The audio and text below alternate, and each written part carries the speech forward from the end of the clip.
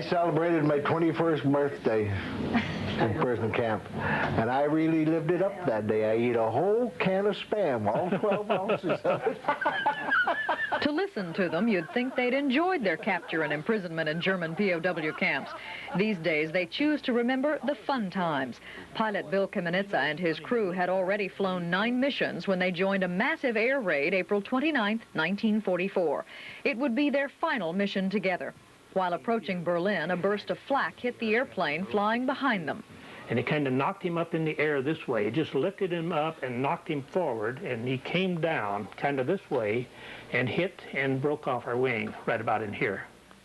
Their B-24 crashed, killing 3 of the crew. The rest of them ended up in German war camps. There, not unlike Hogan's heroes, they kept up with war news using hidden crystal radio sets monitored by select prisoners. And these groups go from barracks to barracks to barracks. Yeah, we had the same thing. And they would get the guys together and they would memorize what they were reading, most of what they were learning, or what they were saying. And they would tell us what BBC said. Other memories they share concern the food, or lack of it, in the last days. The last meal that they gave me was a slice of bread. And I valued that so much, and I was sick and I couldn't eat it, but I wanted to keep it, to eat it sometime when I got hungry. So I hid it and I kept this, and I still have it to this day. A piece of bread's 43 years old. Exactly 1 year after their capture, they were liberated and headed their separate ways until Krejci and Kamenitsa began combing the country to reunite their fellow crew members. The phone call came as quite a surprise. Never thought you'd hear from any of them again, did you? That's right. Many years, I wondered where everybody was. But boy, that really built me up. They say a second reunion hasn't yet been discussed, but don't bet against it. It's been great. It's been wonderful here seeing these guys again. Sonia Van Sickle, Channel 8 News, Fort Worth.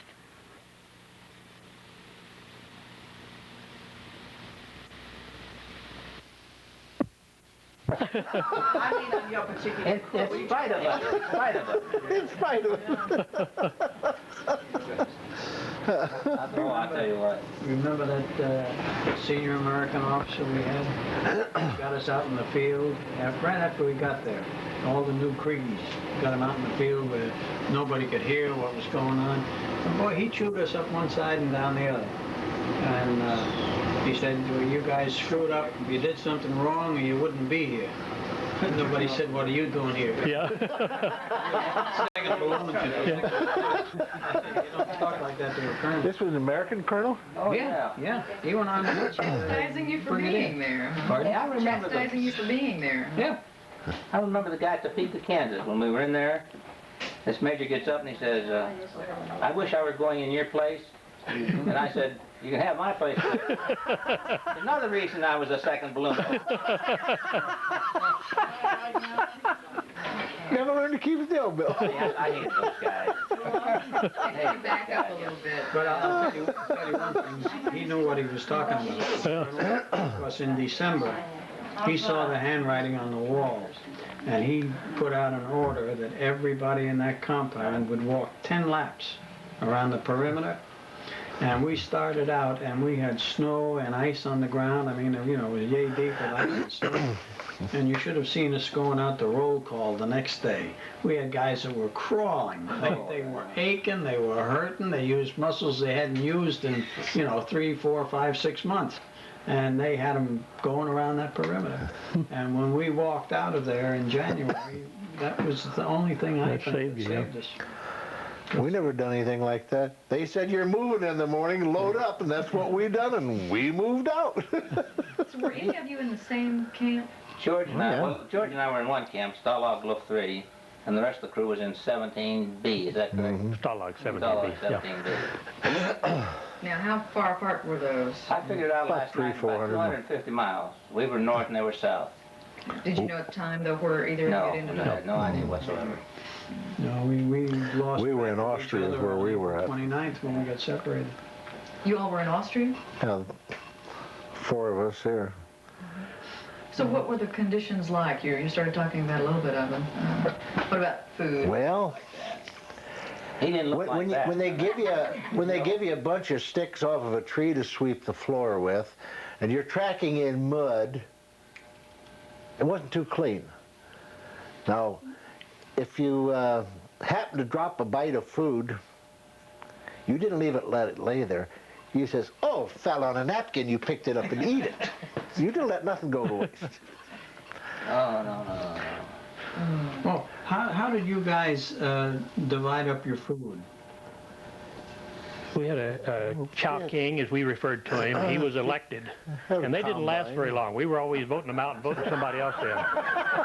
But he was elected to divide up the food and to issue Well, it I mean, the whole group?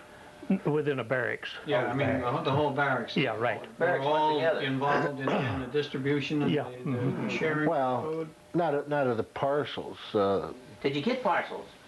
part of the time, Few, yeah. Time, yes. Not all the time, part of the Red Cross. time. Red Cross, yeah. Or they were Red Cross, British, English, Canadian? Canadian. yeah. Oh, we even had one time from Brazil, I think it was. That was the canned meat, remember? It came from Brazil. No, this here was the whole parcel. I think it came from the British, or the Brazil Red Cross. Was food hard to come by? Was it generous? Oh, yeah. It was very short supply. They didn't have it. That's right. And what they had, they was going to give to the civilian populace before they would us. Towards the end of the war, we had complete control of the air. And anything that moved was shot at. Our pursuit pilots just went crazy. Anything that moved, they just shot at. Trains, carts, cars, just anything. You weren't safe on the road. Horses. Anything. And so We used to like it when they'd kill a horse. We'd get a piece of horse meat then. Oh yeah. But talking about food, well, each one of us there dropped down to at least 100 pounds or less, some of us. That's what we weighed when we got out. So About 100 pounds? I weighed around 100, 110. In the same let's see, category. Yeah, and let's see, you said you weighed less. Yeah, I weighed less than that. Yeah. I went down to about 130, I think. I was 165 when I got... Yeah, that river area you was in, you had plenty to We eat. had the country club, No, we got the Red Cross part. When they could get it, or when they could find enough for us to have, we also got fresh vegetables from the economy. Not too much, but... How about rutabagas? Oh, yeah. Oh, yeah, a lot of We were in rutabagas. Herman Goring's special camp, special air force camp. And he kind of took pride in it, and we were really living high on the hog as a prisoner of war. Really? Oh, yes, it was, of course, He's if you speaking take a for those bath two. once or twice a week, you were doing pretty darn good. That was a major factor in living high, was being able to keep clean. Why did he take such pride in this particular camp? Just named, he just set It was a up show for Air Force place. officials, flyers. He was a flyer. And it probably could have been for the International Red Cross when they would come in to inspect. He Yeah, probably yeah. had one good camp that he could take them to and say, see, we're treating people right. Remember how you always used to get a couple blankets before the Red Cross came out? We'd get an extra issue of blankets when the Red Cross came out. No, they When they never left, they bothered picked to 'em that up with again. us. I'm glad you fellas did. What were conditions like where you were? Was you all the same In the place? same place. Did you perceive it a little bit different, though? I mean, you're together, but you're still individuals, so how are you getting by? There, Yeah. then? Yeah. Oh, I don't know. I think the only thing that saved you, or the only way you could live through it, you kept thinking, well, the war is going to be over next week, or the war is going to be over next month, and you lived from month to month. If when you was in there, you knew you was going to go through that type of treatment, and that small amount of food for a year, I don't think you could have lived through it. Yeah. So I think that you kept hoping and you kept thinking, well, there's going to be the invasion, the war is going to be over, and you kept living, from month to month or week to week. Always look on the brighter side of life. Were you able to hear about things going on? Was there Oh, yeah. Oh, yeah, there was an underground network, yeah. We knew pretty much. In fact, we seemed to know more than the Germans did about, where our Well, we armies really was, didn't what they have were any doing. radios. You didn't have I any didn't radio? think so. Oh, yeah, We had them all over the place. yeah, We had Crystal sets. yeah. And we used to get BBC, and then they would read it out to a certain group, and these groups go from barracks to barracks to barracks. Yeah, we had the same And thing. they would get the guys together, and they would memorize what they were reading, what they were learning, or what they were saying, and they would tell us what BBC said. And then we had the German radio piped into camp, so we had the German side and we had the English side, and we had our side. And so we could set up our lines and know just what was going on. The Germans always had, what was it, a strategic withdrawal? Yeah. They always had a strategic withdrawal. Yeah. Not a retreat. Never retreat. Always a strategic withdrawal, yeah. So were these hidden radio sets? Or Oh, yeah. Oh, yeah. Okay. Clandestine type radio. Yeah. Well, we had a fellow in our camp that would listen to the German broadcast. In fact, he was in our barracks, Pittman. Yeah. He was in our barracks, and he'd listen to the German broadcast. He'd write it down on a pad, the information. He'd write it down in Spanish, and he'd read it to us in English. Remember that? But he was a Russian student. I mean, he was a language student, really, before the war, and he was always getting some kind of information and bringing it back to us. So you must have really felt like it was close to an end. Yeah. Then. Well, it's amazing. I think Cammy will bear me out. During the whole time we were in camp, I never heard one person worry about not getting out of camp. As far as we were concerned, there was no doubt about it. We were going to get out of camp. It might be this month, it might be next month, but there's no doubt Germany was going to lose the war. And I never, the whole time we were there, I never heard anybody say otherwise. Were you ever in fear of being physically hurt, injured? No. Only by our own bombers. No. Yeah. Only by our own bombers. Why? We were at Nuremberg. We were bombed by the English Air Force and moved the wall of our barracks out that far before it almost collapsed. Remember that? And we saw a night raid. We saw an English night raid at Nuremberg. That was the prettiest thing you've ever seen in your life.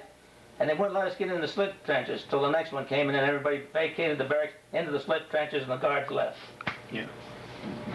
They used our camp as the IP for the 15th Air Force for bombing Vienna. Well, they never hit an IP. No. No, they never hit an IP. What's an IP? That's Initial point. That's where you turn on your bomb run. But one day they swung north. They didn't turn. They swung north. I think that's And everybody, well, somebody north is going to catch hell this day. That hit But you pretty bad. soon here they turn around, they come back, and they got crems that day.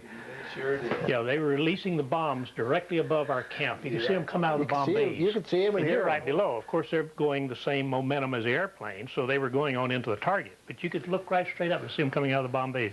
Makes you a little nervous? Yes, it did. That first wave over took that turntable out they had. They could turn any locomotive the Germans had. The first wave over took it out and turned it off the side of Pilot junk. Then the rest of them come in, but about 2 or 3 hours later, they had the civilians and a few Russians, whatnot, down there cleaning up. That's when the P-38s come in to do a little more damage. But that same day, there's one P-38 pilot come so low, we could see his face. He was that clear. He was just above the towers. And he waved, and we waved back at him, and one of the German guards had it up in the tower, took his rifle and fired at him.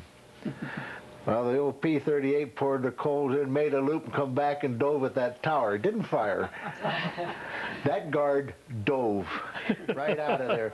And the German commander was there to greet him when he hit the ground. And you talk about a chewing. Because he jeopardized not only his own life, but the lives of those PWs that they were supposed to be guarding. And that's a no-no on the Geneva Convention. Do you think they pretty well went by the Geneva Convention? Yeah. Just to the As left. much as Just possible. to the left. Just to the left. Nothing over there. Nothing Oh, on no, Nothing- they didn't bend nothing it. filed.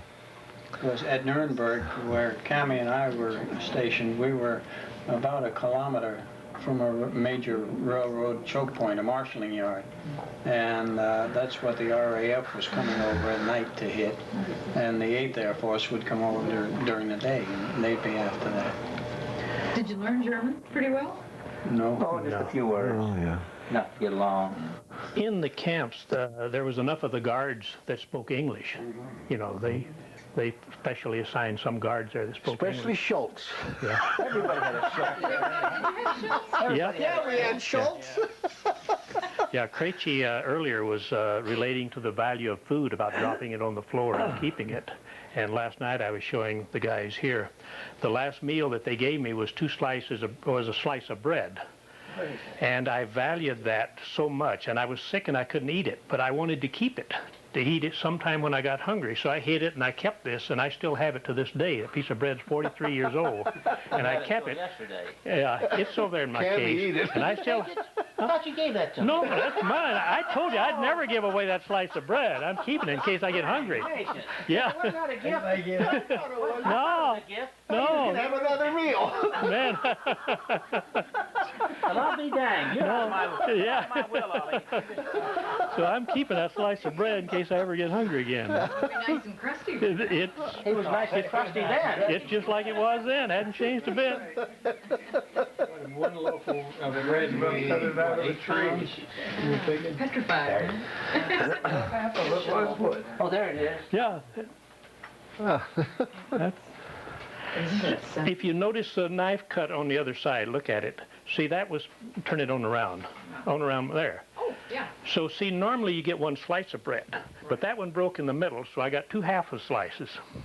So you see there the knife cut. But I want to know how you got such a thick piece. I never ever had a piece that thick. Well, you notice it's not very wide.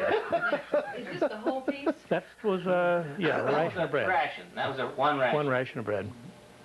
We get a loaf of bread about this, well, that loaf of bread ran about this long and weighed about a ton and a half. And it was mainly sawdust. Was it really? They Yeah. mix it up. Yeah. Oh, yeah. You toasted, it wasn't bad. Yeah. Toasted It wasn't bad either way you wanted it. After 6 months, anything that didn't move was good to eat. Yeah. So you got a few living things. in Worms and Yeah. maggots and all that stuff. You close your eyes. Yeah, really? Anything you can't eat to this day because of what you had in the can? No. No. I think I ate more.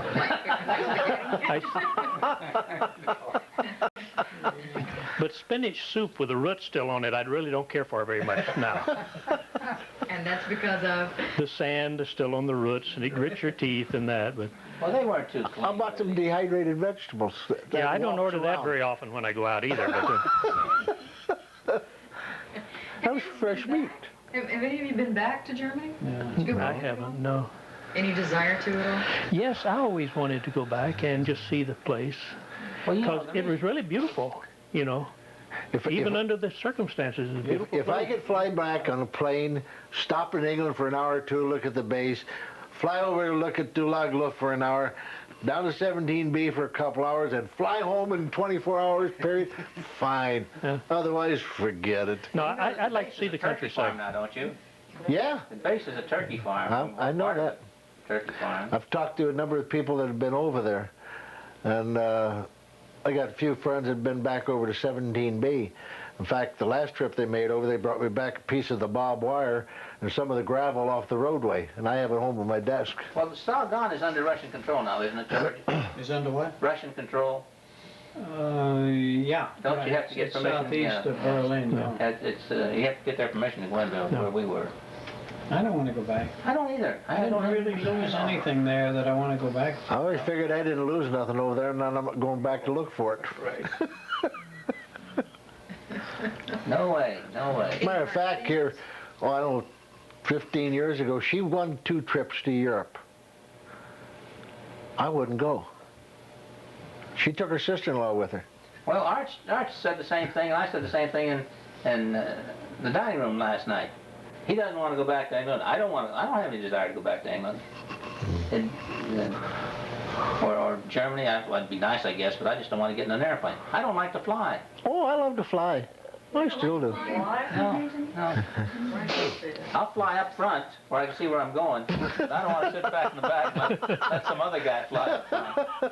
Well, let me ask you about that. How did you get where you were in the first place? I mean, what happened? Stupidity. Besides that. Well, I was in the infantry out here at Camp Walters when war broke out. And I was ready to go overseas, and I figured the only way, being a coward that I was, the only way that I could get out of the infantry was to get into the Air Forces, or the Air Corps at the time. And so I had an officer friend that I knew that owed me a favor or two. And he got me a transfer into the Air Corps, and I put in for pilot training, which was the only thing that they would transfer you for then. And I went through Randolph Field and the Gulf Coast Command, and then became a pilot. Flew twin engine for a while until they were losing so many 4 engines over there that they took me out of the twin engine, put me in a B-17 for 21 days, and then put me in a B-24, and then I went to Gallant Field in Boise, Idaho, where I met the crew, with the exception of George. We transitioned there and went to Colorado Springs, and then to Topeka, Kansas, caught an airplane, and then went overseas. We had a full complement of people. We went to Morrison Field, Florida, from there to Trinidad, and from Trinidad to Berlin, Brazil, and from Brazil we went to Fortaleza. The car first. No. Fortaleza is in the south. Oh yeah, yeah. Then we went overseas to Dakar. I was thinking Marrakesh. And from Dakar to Marrakesh, from Marrakesh to Valley, Wales, and then we left our airplane and then joined the flow from there on out till we got to our base. So where were you headed when the crash happened? Berlin. Berlin. To Big B. Third grade, I believe, of Berlin. First Yeah. daylight raid. Yeah. No. March the 6th. They'd had March 2 the of them 6th before. was the first one, and then March the 24th, and then ours. I missed. 1,000 plane raid. I was on Max effort. And what would you be doing? What were you going to do? You were going to bomb? We're gonna bomb them, yeah. What was our load that day? Anybody remember? 500 pounds. 500 Yeah, pounds. we had high explosives. Had 1,000. We did. Yeah. I believe we had 1,000 pound on it. See, I don't remember. So what happened? Do you remember what happened when? Did you suddenly feel a crash? All right. See it? Here's the man that can relay that the best. Yes. This is watching it. Okay, I Happened. happen to be on this window here, looking out, As left waist gunner. left waist, and there was an airplane flying in this position, kind of behind us, one of our airplanes. And we had fighters come in, and the fighters really attacked us, were really coming in close, and we were shot up pretty bad from the fighters. And I remember hearing someone up front saying, there's our IP, initial approach, up in front, going in over Berlin. And about that time, a burst of flak. The fighters had just pulled away from us a little ways, and, they'd pull out of their own flak, and the flak started coming up from below. And a burst of flak hit this airplane here that's flying behind us. That would be aircraft number 062. And it kind of knocked him up in the air this way. It just lifted him up and knocked him forward, and he came down kind of this way and hit and broke off our wing right about in here. And then he went tumbling down. And we thought that everybody in there was killed in that airplane. Didn't think that they could get out at all. But 5 people were killed in the airplane, and 5 bailed out of that airplane. And then from there, I'll let him take over because he landed it after that. If you could call that a landing. You're here, aren't you? You're here, aren't you? Yes, sir. You walked away from it. Well, of course, he informed me over the intercom that part of our wing was missing. We up in front, George and I had we weren't able to see behind us, so we didn't know what was happening back there until he called us and told us that. So we jettisoned the bombs immediately and started to go back. I think that's when I informed the crew that I was going to try to get back into a cloud cover that we'd just come out of. And it was their choice. They could either stay with me or jump. And I think they gave them plenty of time. I think you had plenty of time to make up your mind. Oh, yeah, I think so. Yeah. So they prepared a lousy preparation of the weather. That story can come later. But Edward came down out of the top turret. He was in the top turret, and he came down, and the windshield was fogging up. Was ice because of the rapid descent, condensation. And I told Ed, I said, we need to see forward. So he's up there scratching the windshield with his fingernails trying to get the ice off. And I'm looking out the window on the left side, and we saw a field down there, and we went into the field, knocked some pine trees down, top of some pine trees. Went in rather fast, I believe. Yeah, we did. Well over 150. Oh yeah, and we hit this poor farmer's wheat field, which disturbed him considerably. And it was a pretty good landing I thought under the circumstances. Oh, it was. Yeah. Until the nose wheel hit a ditch, and it collapsed. and we went up like this, and our plane ended up in this configuration right there with the nose wiped out, and we were just sitting there. We were on the ground. Yeah. The three of us were on the ground. He stood up during the whole landing. From here forward was gone. It was back underneath the airplane. Pulled it right underneath, yeah. And when the airplane settled back this way, it split open right here, so we could walk out. We were right on the ground. Out the front. How did you get out of it? He ran. He was standing right between us. He stood up during the whole thing. Because you ordinarily would, or just wanted to? No, and we had to show, Cammy had to see where he was going, and he couldn't see. He was trying to look out the side window. And so I'm scratching away at the ice. Yeah, everything was Now, fine. who took you prisoner? How did you... We landed in the middle of Germany. Who got you? Was it the farmer? Farmer Yeah, oh, was no. first. Double-barrel Who got blunderbuss. the farmer? Oh, the farmer. He was something else again. Oh, he was mad. He was Was he mad. upset? Yeah. He We sure had a double-barrel gun, too. Tore his wheat field up. This tore his wheat field up, something awful. That made him mad, but another 24 went down and killed all his chickens in his barnyard. So he didn't like you at all. No, he didn't like us. I can't understand We it. worked him over good, come to think of it, didn't we? Yeah, in fact, he probably didn't even like us before we got there. That's for sure. That compounded it. So what did he say? Did he come out with his double-barrel shotgun, or what? Well, He didn't say a hell of a lot. have you ever looked in a bore of a cannon? You know, it looks about like that.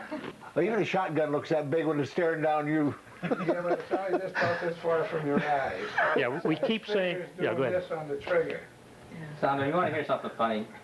Now, in practice, we always had a place for everybody to go during a crash landing. Let them tell you what happened. Speak up, Archie. Tell them. What happened, Archie? Tell us what. Well, He's the ball. I came out of the ball, got against Bulkhead, braced like I was supposed to. And when we hit, I looked up and saw two people fly over my head. Back up in there, and I was, well, they're gone. But when it settled down, they come out before I did. We were standing, these two goofs were standing there watching the landing. Yeah, I wanted to make sure you hit that field. Watching, you couldn't see the field from where you were. I could see those branches coming through there. Oh, yeah. We could see everything going on. Oh, yeah. He was all right until you hit that blousy culvert or whatever you hit. I think they dug that morning. Because I looked carefully the last time, it wasn't there. George and I picked that field out and said, that's where we'll go in case we have to crash land. But you know, No ditch. when you hit that culvert, it tore me loose from my machine gun. See, he's standing Stood watching. me right straight up. Hey, we're down, what the sweat? Well, about that time, then the nose went down, and I sailed. There's an opening between the top of the ship, here, up over the Bombay. Then there's a bulkhead here, where it leads into the cabin here. Well, I flew without touching anything, and it's not too big an area.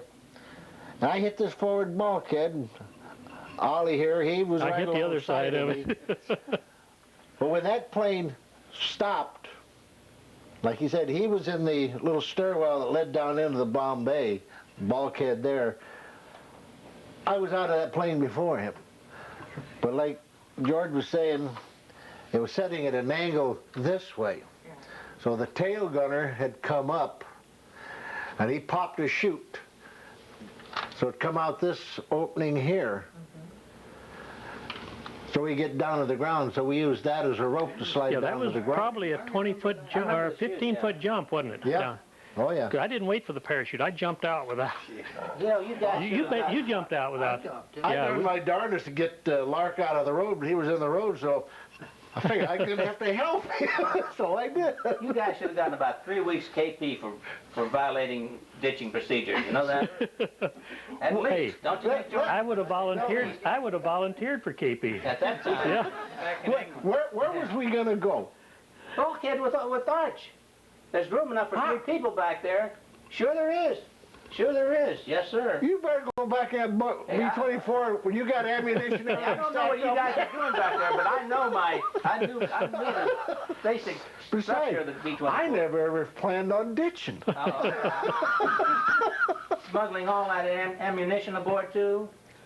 Smuggling? No, we just carried it on. No, stealing it. No, No wonder we ran out of- the flight crew was real nice to us. They made sure it was there for us. And if there wasn't, I raised so much hell they wouldn't got You it. guys always worked together, though, with the ground crew. Oh, yeah. We had a good ground crew. Had a real good crew. I told that guy when the first time I met him, I said, the only thing I want of you is that if I want you to go up for a ride, you put a chute on and go. He said, that's good enough for me. So that was it. Okay, after you got liberated, then what happened? We'll let them tell first. They were in a different camp than we were in, so. Go ahead, George. Well, after we were liberated, Patton's 14th Armored Division of the 3rd Army liberated us. And it was on April 29th, 1945, which was exactly a year from the day we had gotten shot down. So they came into camp and liberated us, and we stayed in camp about 4 or 5 days after that until they got their evacuation plan set up. And they flew us from the town of Landshut in Germany to Le Havre in France. And we stayed in the clearinghouse there at Camp Lucky Strike until, I was there until about the middle of May. And then we got put aboard a ship, and our ship was the Marine Panther, and it had, by the time we left England, or Portsmouth, England, we had 600 casualties and 400 POWs on board. And we set out for the States in a convoy. And I think it was one of the last convoys of the war. And I got home to my house about the 29th or 30th of May. But we landed in New York at Staten Island, and they took us from there to Camp Dix, Fort Dix. And at that camp, they paid us some money that we had coming, and they gave us some new uniforms and put us out on a 60-day rest and recuperation leave, at the end of which we had to report back for reassignment. Well, we had enough points that we were able to get out, so I was separated by the 6th of December, 1945. No, I'll be done. I got out the 5th. You got out the 5th? Let me tell you something now. You talk about DDT, the decontamination. Oh, This is it. They came in, the decontamination squad came into all these POW camps as soon as they were liberated. And they had flit guns, gigantic flit guns, full of DDT powder. And they'd say, drop your drawers. So you drop your pants and stand there, unbutton your shirt. They'd hit you back here with a load of DDT, just dust. Down here with dust, down your crotch with dust, down both legs with dust, and then your head with dust. And you were a flower bin when you walked away. And you're breathing that stuff, Now, when we get to Camp Lucky Strike, where we all were sent after we were released, they started the whole thing. You walked into a long row of tents. They took all your clothes, threw them over there in a pile, and then you went into a liquid bath or showers with GI soap and a scrub brush. And they had men watching you scrub, and you scrubbed down with GI with all this soap that would tear the skin off. And then you went into the next tent, and they shot you with DDT liquid. Just like flit. Just like flit with the flit gun. And you were just soaked with DDT, and then they dried you off, gave you new clothes, and you were deloused. I say you were deloused. Can you imagine? We all went back the next morning. We all went back the next morning and took another shower. Yeah. Oh, yeah. And got rid of all that good stuff that they had given us the night before. I remember the first meal we had, pork chops. Remember that? Oh. We found out, like you guys did, we found out where the Red Cross tents were. And we used to hit them every time they were serving eggnog. And we walked around with a canteen cup attached to the belt. Eggnog? Walk in, get the eggnog. I never saw any eggnog. Oh, I did, man. I was in that line. Yeah, we were half starved, you know, and they were really trying to put a little fat on us, you know, before our folks saw us, you know. And I always look for a cup of coffee. Oh, yeah. Oh, no, man. I didn't care good about eggnog. eggnog. They said eat as much as you can eat, but don't leave any. At Camp Lucky Strike's what they told us. Yeah, You can have they as much fed as us you good want, there, you know. yeah. But didn't they make give us sort of a soft or a liquid diet and gradually work up to a solid meal? Not me. No, I think they just hit us. Whatever they could get into us, that's what we got. The one thing that they required was that you take a vitamin pill. Remember the guy Oh, yeah. at the head of the line? Yeah, about the size of your Yeah. thumb. They were big ones. I mean, he'd say, take it and swallow it. And then he'd let you go. Yeah. The only thing. Did everybody get pork chops on the first meal? Well, they varied. They varied. So it would depend on the time you got to camp, you know, if, yeah. Meals were good. Steak or pork chops. Or something like that. Good food. Yeah. 'Cause I liked put it when back we- all the weight that I had lost, because I looked bloated, I guess, when I got home. Back when we hit Camp Kilmer, consolidated mess, walked in there and something wrong. Music, got an orchestra playing, 2 lines, and feed, and you didn't stand in line maybe 30 seconds. You walk up here, 4 different kinds of meat. I thought I was in an officer's mess or something. I had to check, make sure I was in the right mess hall. Oh, I tell you what. Man, fresh juices, something we'd never seen before. This all sounds funny and hilarious, but it wasn't.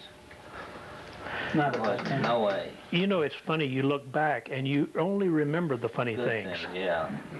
The Block everything else out. everything else just seemed to be blocked out. I know I only remember the funny things that happened, You don't remember the how comical ones. scared- Yeah. How scared, Yeah. intensely scared you were. How frightened you were when you saw the first aircraft go down. And how, when it's the first time you got shot at. It's something that you can never experience. You can never tell anybody about it until you've been there yourself. You think somebody is actually trying to kill me. Yeah. For the first time in your life, somebody's trying to kill me. You know, it's a funny Your mother thing. isn't there. Yeah. Because how old were all of you? I mean, you were just kids?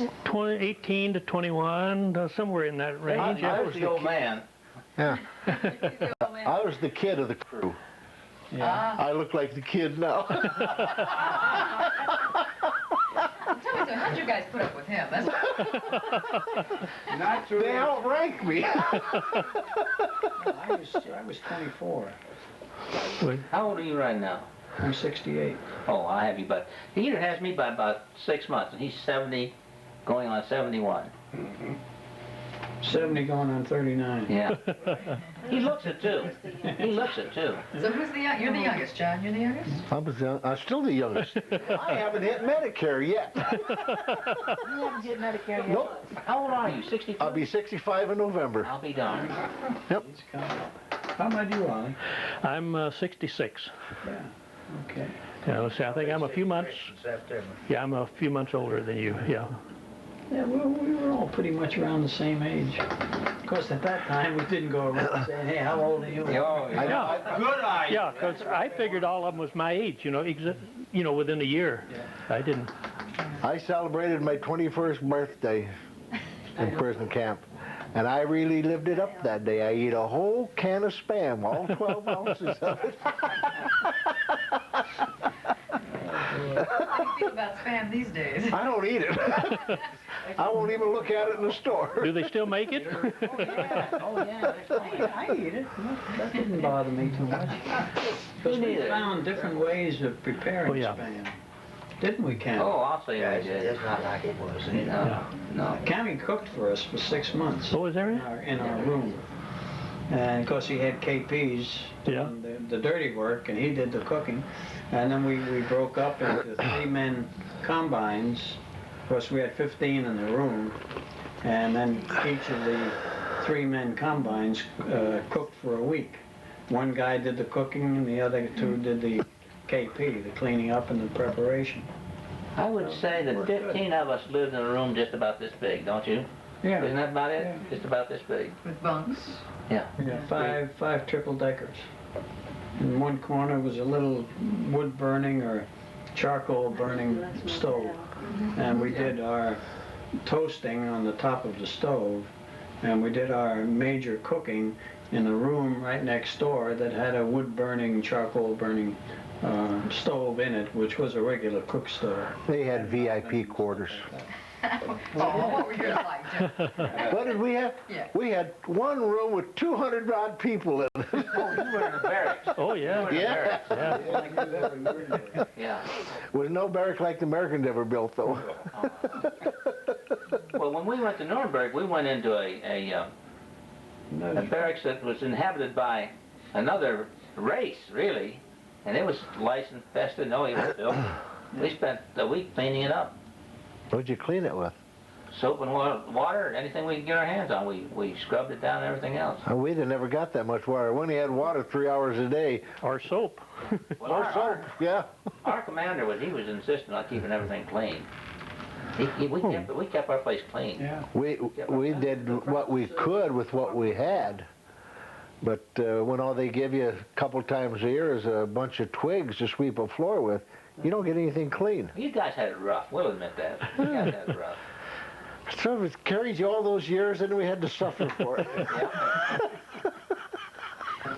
Because I guess you just Well, over time, you just I lost started, touch. not Krejci. Don't you take?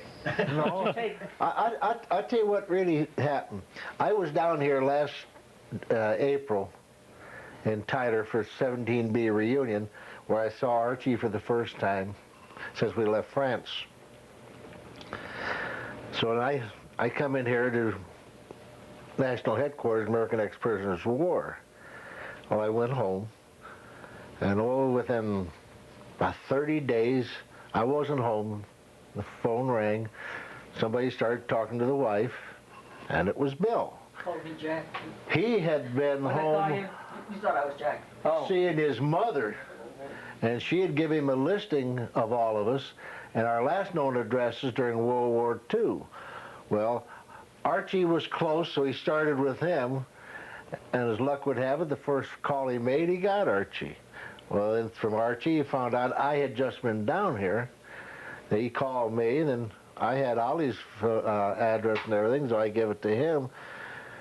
And then we're dicking back and forth trying to locate Edwin, and that's when I went to through the VA, try to use their knowledge to locate him. Well, I knew he was alive. I knew he was in the VA system, but I didn't know where he was at, neither did they. So, as it happened, Bill came up with the brilliant idea of writing the churches back in Goldsboro, Pennsylvania, where Edwin originally lived. And as luck would have it, one of the congregations, Ed's nephew, was there. So then he got in touch with Bill and gave him the address and everything, and then this all involved, and we come up with the idea we should have a reunion. And I volunteered Bill. You volunteered me. Tom volunteered. He's our Sergeant Philco. He's our Sergeant Philco. You're right. He's our Sergeant Philco. Was he always volunteering you guys? No, he was a quiet, mean type. Never, oh, yeah. Look at him now. That was then. Changed a lot, huh? No, it took us from the time I went home and came back and located Archie for the first shot through a real fine Bell long-distance operator. Tell me how that happened now. Well, I was sitting here one evening and looking at the list that my mother had given me and decided, well, I'll try Archie's number or his name in the Paris locale. Luckily, I got a guy from Bell Telephone, and I told him what I was trying to do. He said, well, let me look in Paris. And he took the 214 up in Paris and said, there's nobody there with that name. He said, but let me try the 214s in the state, which meant from here to Texarkana, which is 180 some miles, and north and south, I don't know how far. So we ran across an Archie B. Young. So I dialed the Archie B. Young, and I got his wife, and she said, well, who is calling? And I said, well, you don't. I started laughing. I said, you don't know me from Adam, but my name is Bill Kamenitsa. She says, you're Archie's pilot. Let me get him. And so she went and got Archie, and then we found out as Jack related where he was, and then Ollie and so on and so forth. Ollie was backpacking in Alaska when I called out there on a 10-day backpack. Doesn't stay home. Yeah, never stays home. That was a 3 month. 3 months. Yeah, my 3 goodness. months. Yeah. So then I started on Eddie, and I started calling the area codes, and I figured anybody that lived in Pennsylvania as old as he was, would probably go south. Really, I'm serious about that. And I just went to Miami, started going north, and was pretty well discouraged. Finally, I talked to a lot of police personnel in Pennsylvania, and they all would look for him. One of them even called me back. One of them even called me back. Wrote letters to the State Highway Department, to the License Bureau, to a License Bureau in California, incidentally, because I thought he might be out there. And finally, in desperation, I called his hometown and talked to the chief of police and said, would you give me the churches in town? So he sent me a list of the churches, and I wrote a letter to the churches on my Apple computer, and with a return address, stamped and everything else, and got this letter back saying, I think the guy you are looking for is my uncle. When he retired 4 years ago, he moved to North Carolina, and his address is such and such and such and such. And then I picked up the phone, called Ed, and I said, Ed, do these names mean anything to you? And I started reading off the crew's names, and he says, oh my gosh. Oh my God. Oh my God. What did you think, Evan? Well, it's really surprised me. I almost fell off the ladder. My wife and I was paper in the bedroom. And I don't know how late it was before I ever got back up on the ladder. But it was. It struck me, and I didn't want hardly to say that. So. Never thought you'd hear from any of them again, did you? That's right. That's many years. I wondered where everybody was.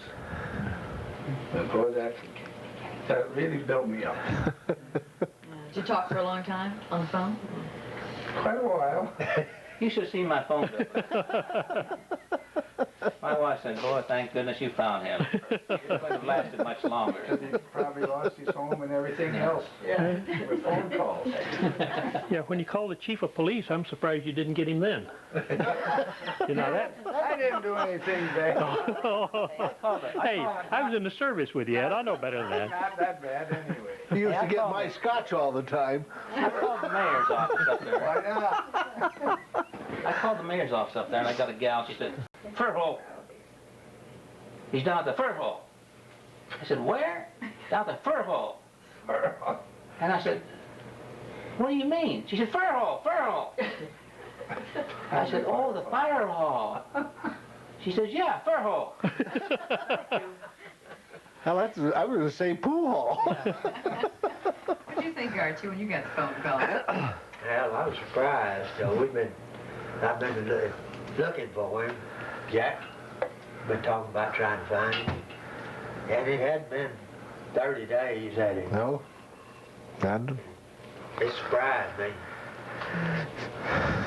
But I knew who he was. Did he pull rank on you at all? Not. No. They pulled rank on me. I've been here. Looks like it got you back after all this time. Oh, yeah, in spades. Well, what do you think about your reunion? Has it been good so far? Yeah, really enjoyed it. But no complaints. Of course, they're not all as young and good looking as I am, but then... We'll never be that young or that good looking, Jack. Just finish that with just Stop right there. What do you think, George? Has it maybe helped you resolve some things, or? Well, now, I'm a Johnny-come-lately. I was already in England when the crew got over there, so I joined them in England, and I didn't know the crew as well as they knew each other at the time. And when we flew together, 9 missions, I guess. On our 10th. And I had 22 when we got shot down. So I had been around over there longer than they had. But only time I saw the crew was when we were getting ready to fly, and you didn't spend too much time on, hey, what have you been doing? Where were you born? What are you going to do after the war? We were worrying about what was going on with the mission. So when I got home, I had no idea where these people were. And I figured after a few years passed, I figured if I ever run into them, they'll have to have a sign on them saying, hey, I'm Archie Young, or hey, I'm Ollie. You know? Of course, I would never have recognized them. Now I'm seeing or remembering things about them that I knew back then. But it's been great. It's been wonderful here seeing these guys again. Do you know more about him, I guess, now than you did then? Yeah. Oh, yeah. We've and Cammy, we've kept in touch over the years, and we call each other April 29th and Christmas sometimes, Christmas. And so we've, you know, talked back and forth, but just sitting here and yakking with him, I've learned things about him that I didn't know then. What about you, Ollie? How's it been for you? It's answered a lot of questions, you know. You have a short memory, you know, and some things you forget, and some things you remember it one way, and somebody else remembers it another way, and you discuss these, and it answers a lot of questions. And yeah, I've really enjoyed it, and it's been fun. I never have any problem sleeping. I just go to bed and I sleep. But last night I couldn't sleep. You know, kept thinking about, well, questions I wanted to ask today, and well, what was their opinion of this and that, and I just had a problem sleeping last night, which is a problem I never have. You told me it was the air conditioner that kept you awake. Well, that was part of it, but yeah, I have really enjoyed it. It's really been worth my time. Do you plan to do it again? Well, We haven't planned that yet. No, haven't gotten that far yet. Think it'd be a good idea? In Omaha. Yeah. I think so. In Omaha. I invite you to California next year. Huh? You do? Sure, California next year. If you edit this tape, don't edit that out, please. I want that part. I want that part. We get No, at our age, I don't think we should make it in 5 years from now. So I think we better make it next year. especially with Heater as old as he is. You're gonna get in trouble yet, Cammy. You're sorry you scraped that ice off now, aren't you? Hey, but you were there. I know. You were doing it for your own good as much as mine. I have to agree with you. No? Especially when I couldn't find my parachute. I thought it was a beautiful trip down, though. It was quick, Oh, yeah, very short, quick, like an elevator ride. I enjoyed the scenery. But you know, I never realized when we were flying, when we were in formation, how much noise was generated by the whole formation. Once we dropped out of that formation, everything got... Oh, yeah. Not in the back end, it don't quiet down. No. You're getting that prop wash and You're everything right from about 4 that. engines. You're right about that. But up in the front, in the cockpit, even then it struck me. I mean, with everything else that was going on, how quiet it got all of a sudden. It might have been we were pulling a bunch of contrails, I don't know. But just the fact that we dropped from the formation made it that much quieter. I never have figured out why we weren't shot down by some of those 109s that were circling us. Well, they apparently didn't want to for some reason because they kept circling around us. It'd been real Once easy you for them to dropped come in the and take wheels, us. Bill, that was it. Yeah, but a lot of them didn't pay any attention to that. Yeah. Well, that's what happened with the That part's true, but the majority Yeah. of them were Sure. they shot them down, Yeah. pulled the wheels up and got Yeah. back. generally an indication of surrender and whatnot. But when of course, I didn't know none of this happened. He says, "Cease fire," and I'm firing. I'm up there like this. 190. He's flying. I'm saying, please. Yeah, it does sound funny now. Yeah, it wasn't funny then, was it? Oh, No. my goodness. But I couldn't imagine you telling me to quit. Figures all around us. You know something, and this may sound, you weren't scared, and I wasn't scared, and Heater wasn't scared. Because we were too busy to be scared. Well, I don't know. I was scared and busy. Well, Yeah, I was both. I wasn't too scared. Especially when Morgan called back and said they've got a fighter coming in from the rear, or 2 fighters, or however many there were. And then he said, my guns are jammed. That was about all she wrote. God, he knew how to clear a gun. You might have been too excited. You know, for anything. I've always heard people say, you know, if you're not afraid in combat, well, you're crazy or something. But I was never afraid in combat. Your name was put on the bulletin board, and you knew you was going to fly a mission the next day. I was scared then, and What plane were you in? huh? Yours? No. When I was in combat, I was not afraid. Hey, after that first time, I was never afraid, really. But once I got back, Terrified. yeah. But not really. After that time that I told you about last night, Yeah. but never terrified. Or when we came back from a mission. Of course. You almost made it. Yeah. Now, what about the other plane that you crashed with, or? That's your story, Ollie. Okay. They went down. 5 of the crew bailed out, and they made it out. The pilot and the co-pilot were killed in the crash. The bombardier was killed in the crash, and 2 of the bailed out and landed in a field about 35 miles north of Hanover. And one of the crew members, the son of one of the crew members, visited me.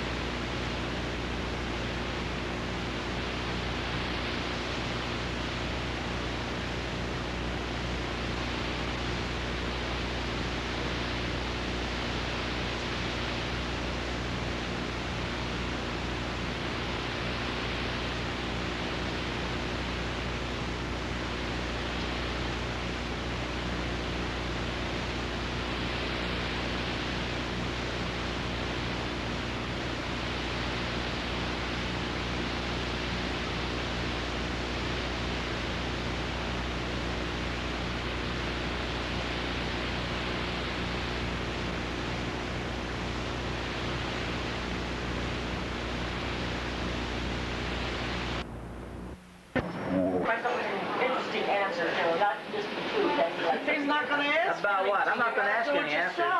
Just the questions. What I would like to have you two do is just start back from just a little rehash of what you've done since you've left the service and so on and so forth. But I mean, since you got back from Europe. So you're on your own. Yeah. Right now, go. Okay. I left France the 4th of June of 45. Hit the States 12th of June of 45. I got married the 12th of June until July of 45. Right, we went to Denver on the honeymoon. And come back home, and I had to report them to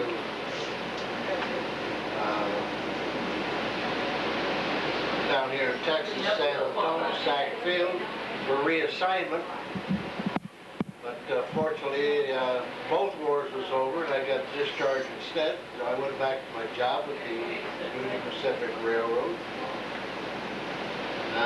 1949, our first Bombino come around. She was perfect. Yeah, well, naturally. Beautiful. I finished my apprenticeship, became a mechanic. 1949, I went back in the reserve program. ultimately wound up as Command Sergeant Major E9 in an armored recon company. Not even a flyboy anymore. Strictly ground pounder type. Second Bombino. Second Bombino come around. Then the third one, that was an accident. She wasn't supposed to be there. It wasn't an accident, it was a surprise. There's a difference. And in February of '68, I became supervisor for the UP and was blessed by having the third shift, 11 at night to 7 in the morning. And in 1978, 77, somewhere along in there, finally got a day job, lived like everybody else. Retired out of the reserves, tired out of the railroad, all of 21st day of November 1983. I don't consider Jack to be a religious person, but Okay. in fact, he never has displayed very much religion, but he says now in his retirement years, he frequently says, gee, I thank God that I lived long enough to be able to live like this, you know, because I don't know if he's sure he's thanking God or not, but I know one thing, retirement's the best thing that ever happened to me. My only regret is I couldn't have gone 5 years earlier. he gets up in the morning to play. Every day is play day for him.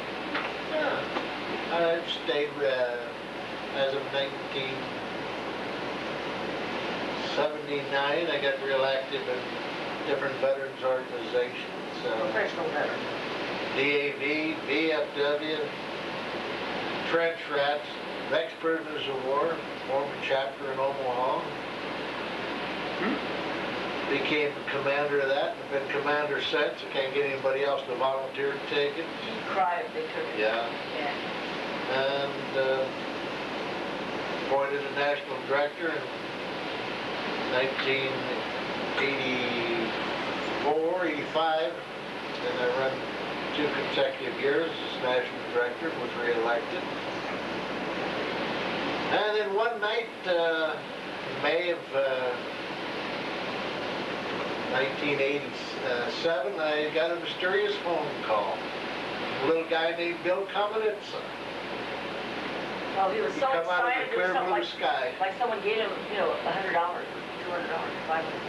So then we started the little chore of trying to track everybody else down. He did know where George Gren was at. They'd been in contact over the years. Ollie and Archie, we found not too much problem. Finding Ed Heater was something else again. Fortunately, Bill come up with a brainstorm, contacted the churches, ultimately located him. I volunteered Bill to host a reunion down in Fort Worth. Wrote everybody, and everybody accepted, and here we are. We've been having a good time, enjoying the hospitality, friendship of all the other fellows. Haven't seen since 1944. Can we stop now?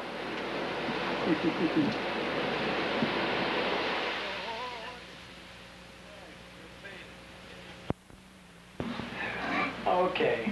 Well, I was Saved by the bell. Let me go get it. Okay. I was liberated with Cami on April 29th. We left Mooseburg about the 5th day after that, and I was home in the States by the end of May. We got married, Jean and I got married on the 21st of July, 1945. Spent our honeymoon for 3 days in a hotel on Long Island, reported for redistribution at Atlantic City, New Jersey. And between getting a leave from there and being delayed on there, we didn't get finished until sometime in September. And my terminal leave carried me through to December 6, 1945. I returned to my old job at New York Life Insurance Company. I stayed there for 6 months and moved to a bank. I was with the bank for a couple of years and moved from there to Madman Munt's television outfit in Jackson Heights, New York, where I was credit manager for the office. And I got recalled with the reserve unit the 1st of May, 1951. And I stayed on board with the Air Force until I retired in 1968. During that period of time, I served a year in Alaska on a remote site. I spent many happy days overseas with SAC combat teams on alert, and also wound up as a maintenance officer with SAC. After I got separated or discharged in 1968, I was the administrative, what would you call me? Yeah. Oh, okay. It was a retirement home with a nursing home connected with it. I was administrator there for a couple of years. I had to get a state license in order to do that. And then I was, for 5 years, I was director of the Orlando Day Nursery, which was a nursery for children from preschool to about 6 years of age for working mothers. And I retired from there in 1982. And since then, I have been, well, like Jack, every day is a play day. Yeah. And we have 2 children. Stuart was born in 1949, and Leslie, our daughter, was born in 1951. Both of them are living near us in Orlando. She's Mom, and we can keep this going for the next 15 or 20 years, right? And that will keep her from talking. That would be fine. We have one grandchild, Oh, a 7-year-old girl, who spends a great deal of time with us, we're happy to say. See that? The end. You knew she could talk. That's about it. That brings us up to date. Oh, our tour in the military took us up and down the East Coast. Yeah, ours does that too. Well, when I got out, came back, I worked in the cafe for a few months, and I went back to the farm. I farmed till 48. I went to work for Tyler Pipe, and I worked till May of 49. We had a layoff. I went back to the farm and worked till July, and I turned my part back to my dad and went back to the family and stayed there until I retired. 36 years. I've been retired 2 years. And now, all I do is play in the garden. Well, you do have a little bit to do in the house. We have 3 kids. And she can tell you about those. Well, we had our daughter Nancy in 1952. Well, first, we got married in 1950. Yeah. We had our daughter Nancy in 1952, a son Richard in 1955, and a son Robin in 1958. And between 3 of them, we have 7 grandchildren. We have Robin and Nancy still living close by. And their children visit us quite a bit. Incidentally, the couple we're looking at are Archie Young and his wife, Catherine. Catherine.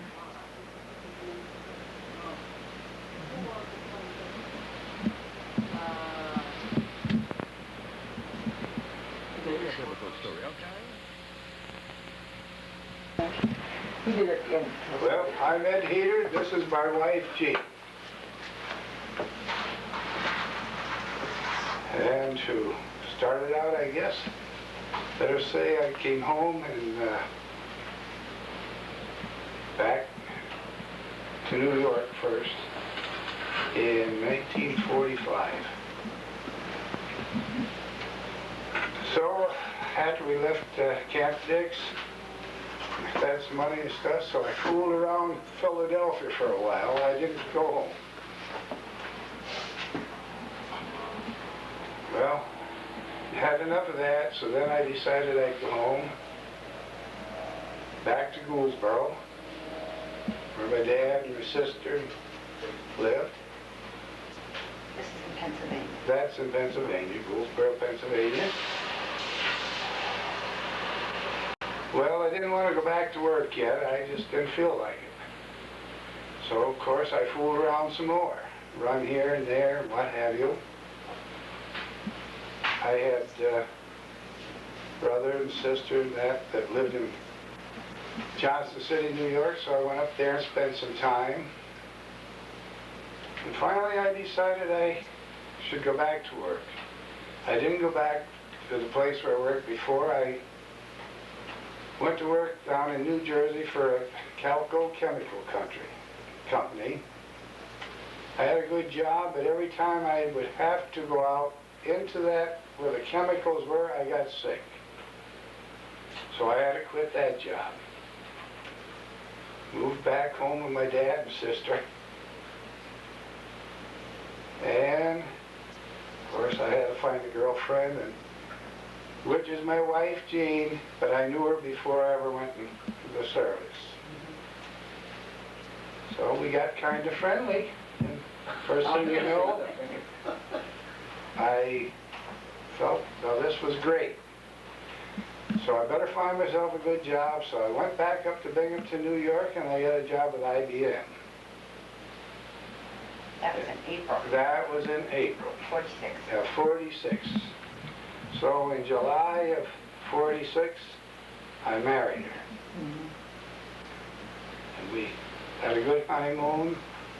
We moved back to, not Endicott, where IBM was, but to Johnson City, New York, which was the town next to it. Then, we've done a lot of traveling. And I don't know about too much else to say. We've been a very happy couple. We had one son. Born in 1954. Good. I'm glad you answered yeah, that. 8 years. 8 Wow. years. We didn't expect any. Thank you. Well, we were told we wouldn't have any. Yeah. No. The good Lord helped us out. I have to say that. He turned out to be a good lad. We sent him to college.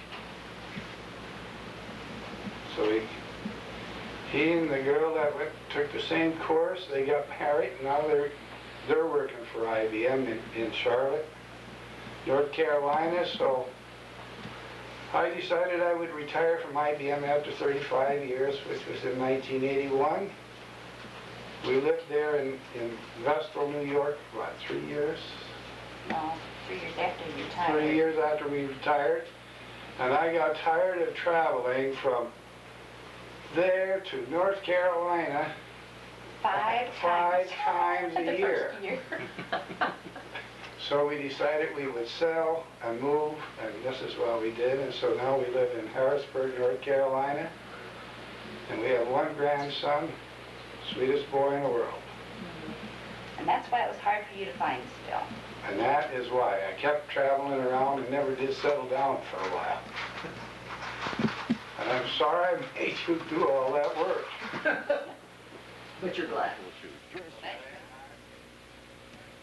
That's pretty good color on that, isn't it?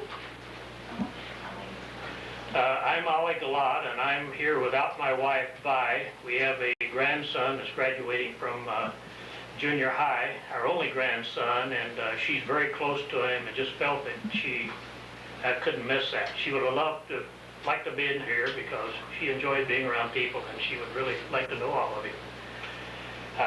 When I got out of the service, I went back to California where I'd been working before, and went to work for Douglas Aircraft where I'd worked before I went into the service.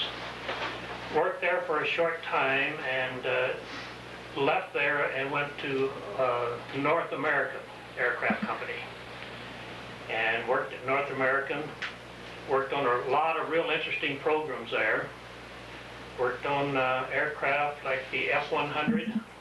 Was on those at the very beginning and worked on those, which North American built a lot of. There he worked on the F-86s, the F-86Ds, aircraft like the B-70. And as the B-70 was folding, we didn't get a big contract on that. Then I went over to our Downey division, who had just started on the Apollo program. And I think that was one of my most interesting jobs, is working on the Apollo program. It had just started and they wanted a lot of detail and a lot of reporting on the Apollo program. And I was assigned a job as being an administrator on the Apollo program. And they referred to us as mothers of a spacecraft.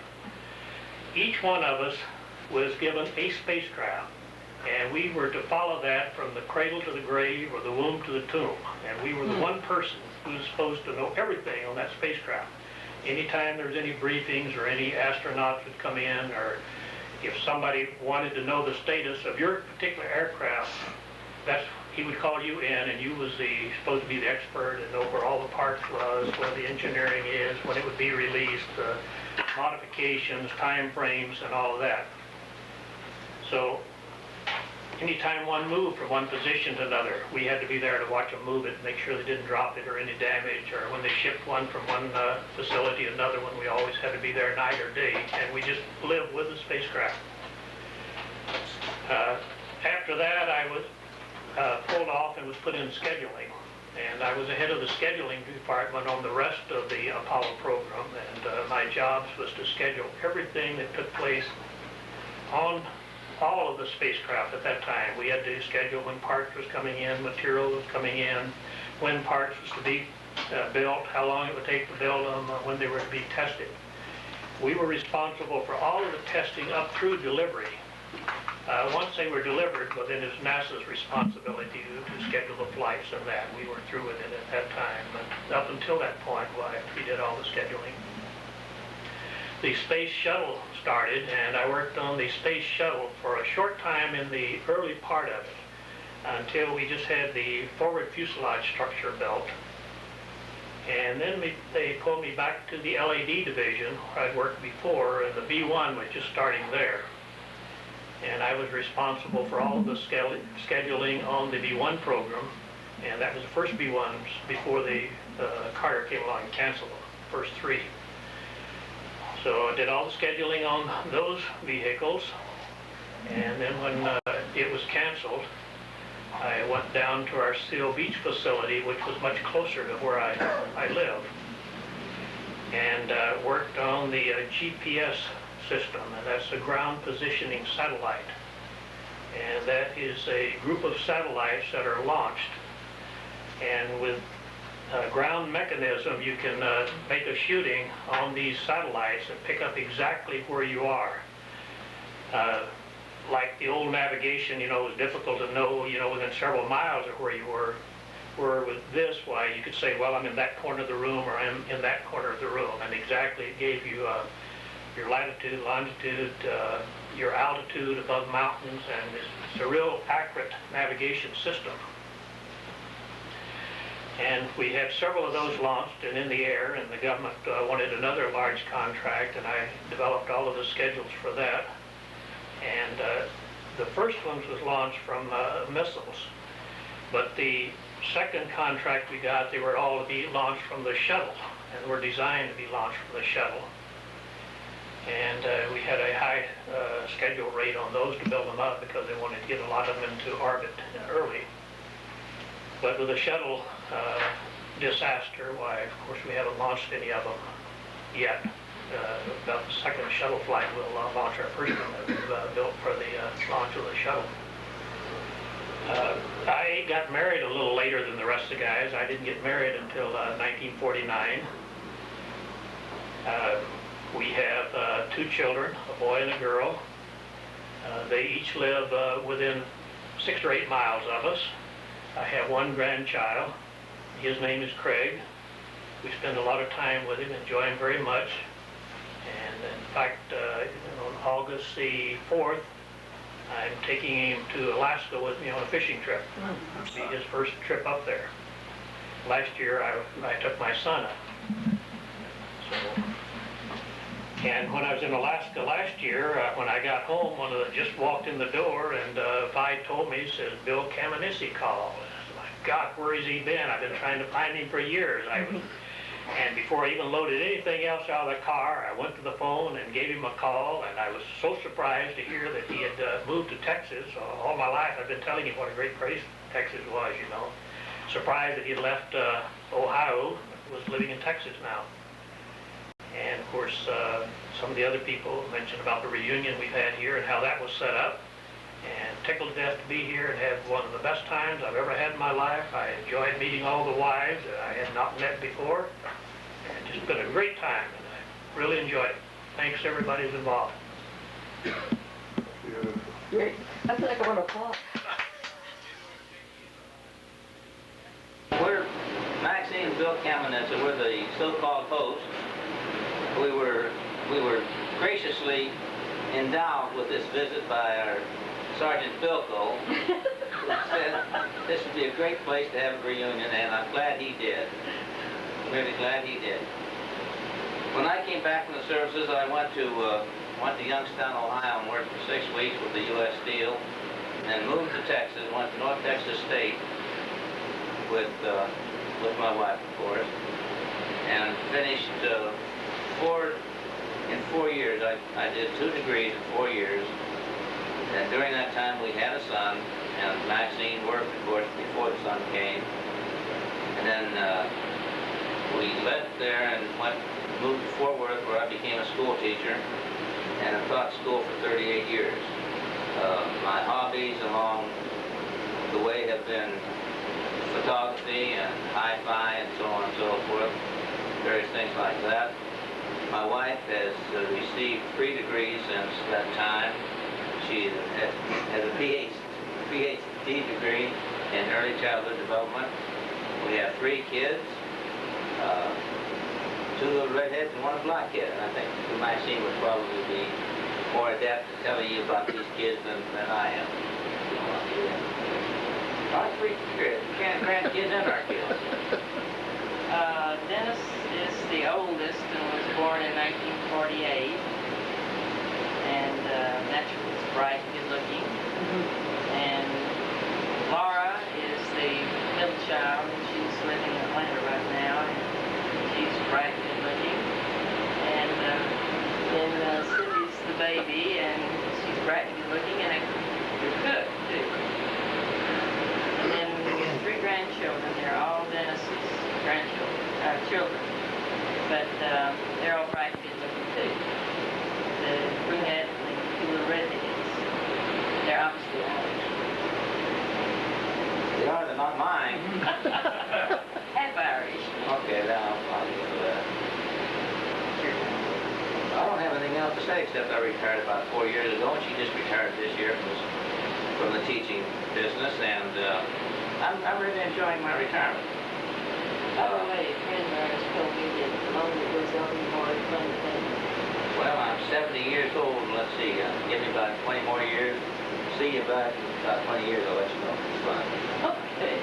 It's getting funner all the time. Yeah, it's funnier all the time, too. I think that about covers it for us. Except we're just having a grand time with all I tell you what, we're having the finest time we've had in years. It's just marvelous.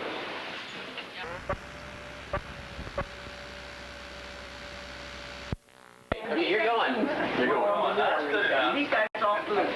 Well, what's that ATC that's Biggest one I've seen. Hey, I tell you what, that's in better shape than the one I left over there. Hey, now that brings up a problem. What engine drew the prop, George? Don't say a word, Ollie. Which engine threw the prop? Which engine drew the prop on the crash land? Oh, I don't know. Do you remember? I wasn't looking at the blooming engine. He was eating papers. You were doing the shredding. He was shredding paper. I thought it was number 4. He said it was number 1. Number 1? Yeah, that's what he said. And it was screaming Sorry. I'm sorry. He was lining up. Why it didn't blow or ship. He says on the right side of the ship. Ollie. Okay, there we go. But anyway, we all agree one was still running. Okay, we was going like... Yeah. I thought it was on the right side of the ship that was still running. Hey, I have a... Did you notice...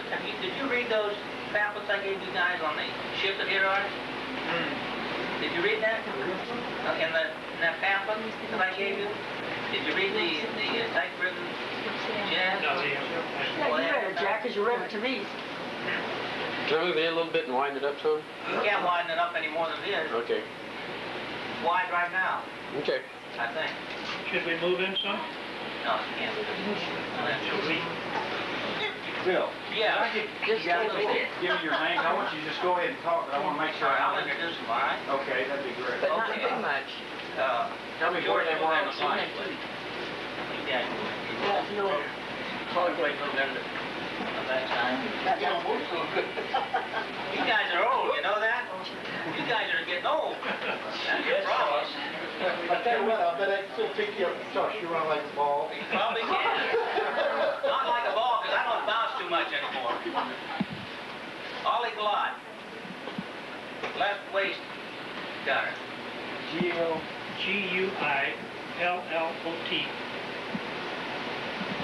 Edwin J. Heater, our chief engineer.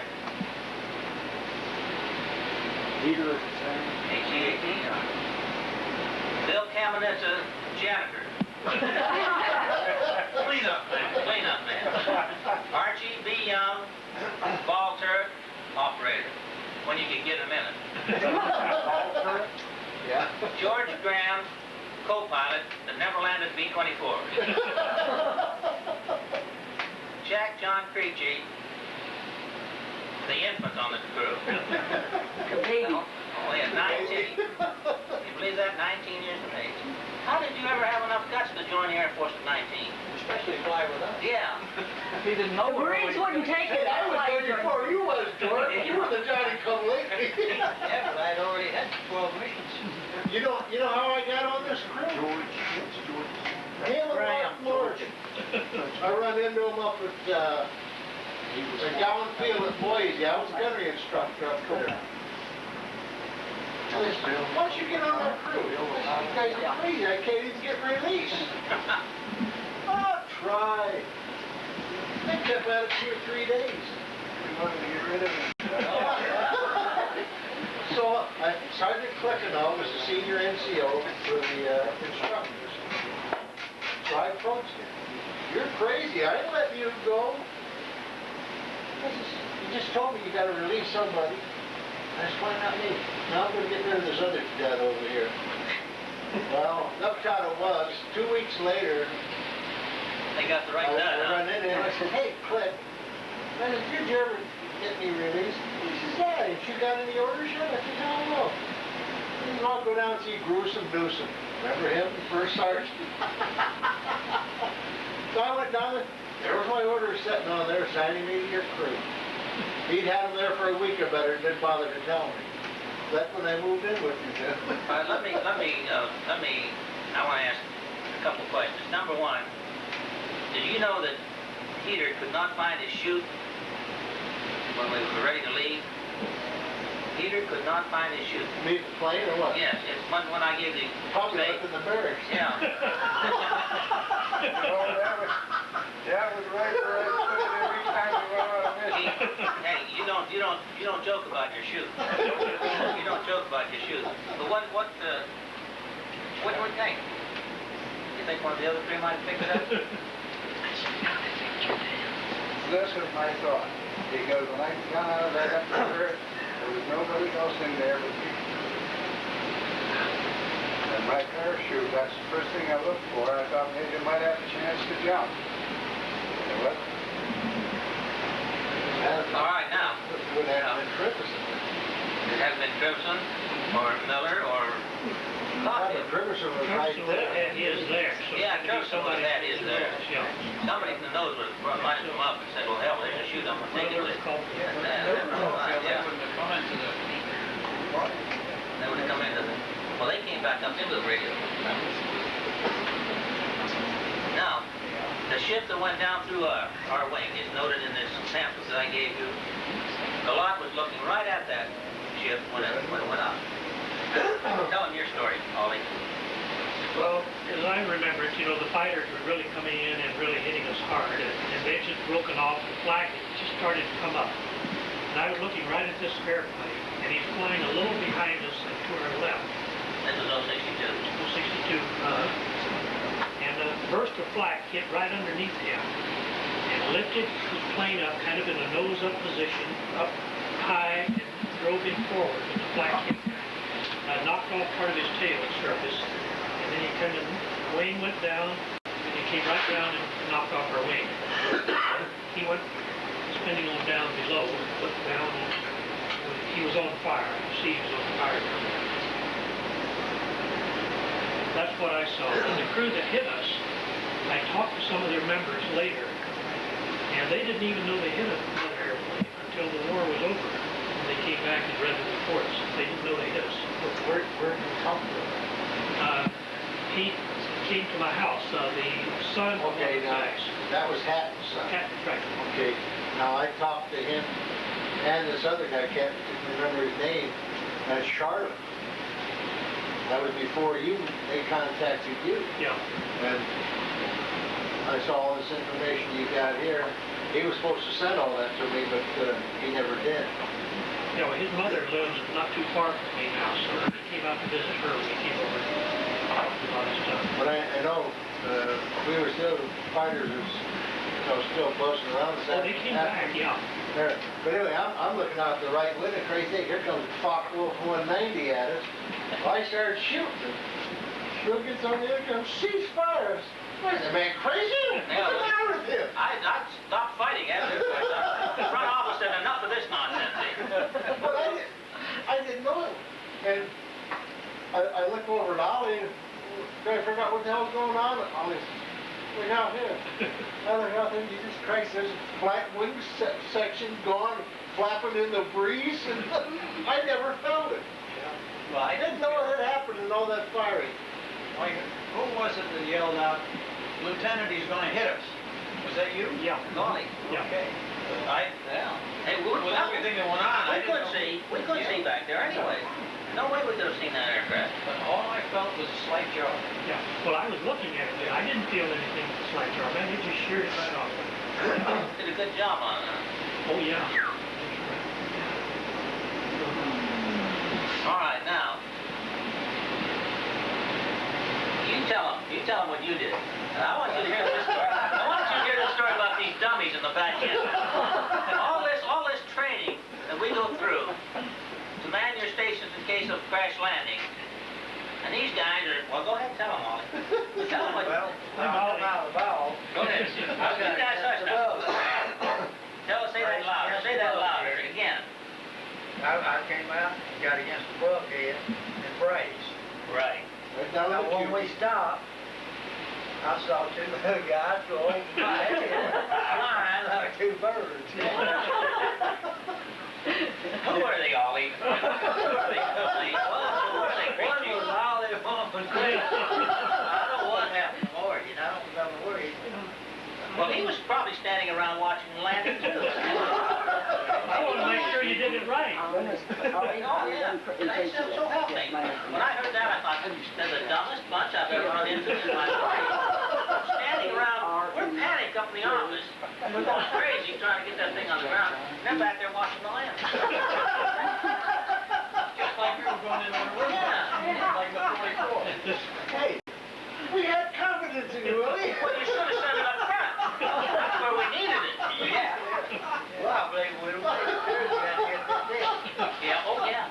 We would have made a good leg. That ditch called that front wheel. I wonder how fast we were going. We must have been hitting that. Oh, we were barely. Ed was trying to scrape the ice above the instruments so you could see him. Yeah, the best part is, when we hit the culvert, it jerked me loose from my machine gun. Yeah. I stood right straight up. I thought it was over. Oh, yeah. The way I went, I flew. And I tell you, without even touching the top of the Bombay, I hit that forward wall leading into the cabin. Hey, that's a good shot, And I didn't touch nothing when I hit that wall. But I'll tell you what, I scrambled out over top of him to get out of there. Well, as he was going on one side, I was making that same trip on the other side. All right, now let me tell you what was happening in the office while all this fun was going on. Poor Archie. George was over there eating the orders of the day. Really, I swear not. He was eating the orders of the day, which is standard operating procedure. Peter had come down on I don't know whether he wasn't able to find his shoes, but I said, I need some visibility out the front. I was looking out the side because the front was iced over, right? Yeah, it was iced over. And I was looking out the side, and Peter finally came up and standing between the two seats now, not in the jump seat or anything, and he was scraping the ice off the windshield. And I don't know, we must have landed with about that much dew out the front. And I didn't remember this until always called my attention to it, that the field was in such a position that we had to hit some treetops, pine treetops as we went in. Remember that, George? We just skimmed the top of those rascals and set the thing down. And we must have rolled, I don't know how far we rolled, maybe a couple hundred yards or something like that. No, you slid, you didn't roll. Yeah. After we hit the culvert. After we hit the culvert, we were pretty good till we hit that rascal. Jump about everyone again after we hit the culvert. They were in the back. Then, I remember we hit dust, just came over the top of the aircraft. Remember that? And I thought, top turret, I think, came in. It was on our back, remember? On our back. Now, how come you didn't get this? He caught. Well, he caught on the top. Yeah. He got a rod run through the back of his leg. And I remember the turret, or our seats came in on us. And it was absolutely black, and I figured, well, hell, this is it. And then all of a sudden it stopped. The ship settled down like this. The nose opened up just like that. And Peter went, choo! Peter took off and he got from here to the wall, and I yelled some very sweet words at him. And he had a foot in the air. I kid you not, this I remember distinctly. He had a foot in the air, and he did a 180 on that foot, and came back and got George out. And the two of them came out and got me out. And I must have run, I don't know how far, and then I passed out. I hit the ground, I think.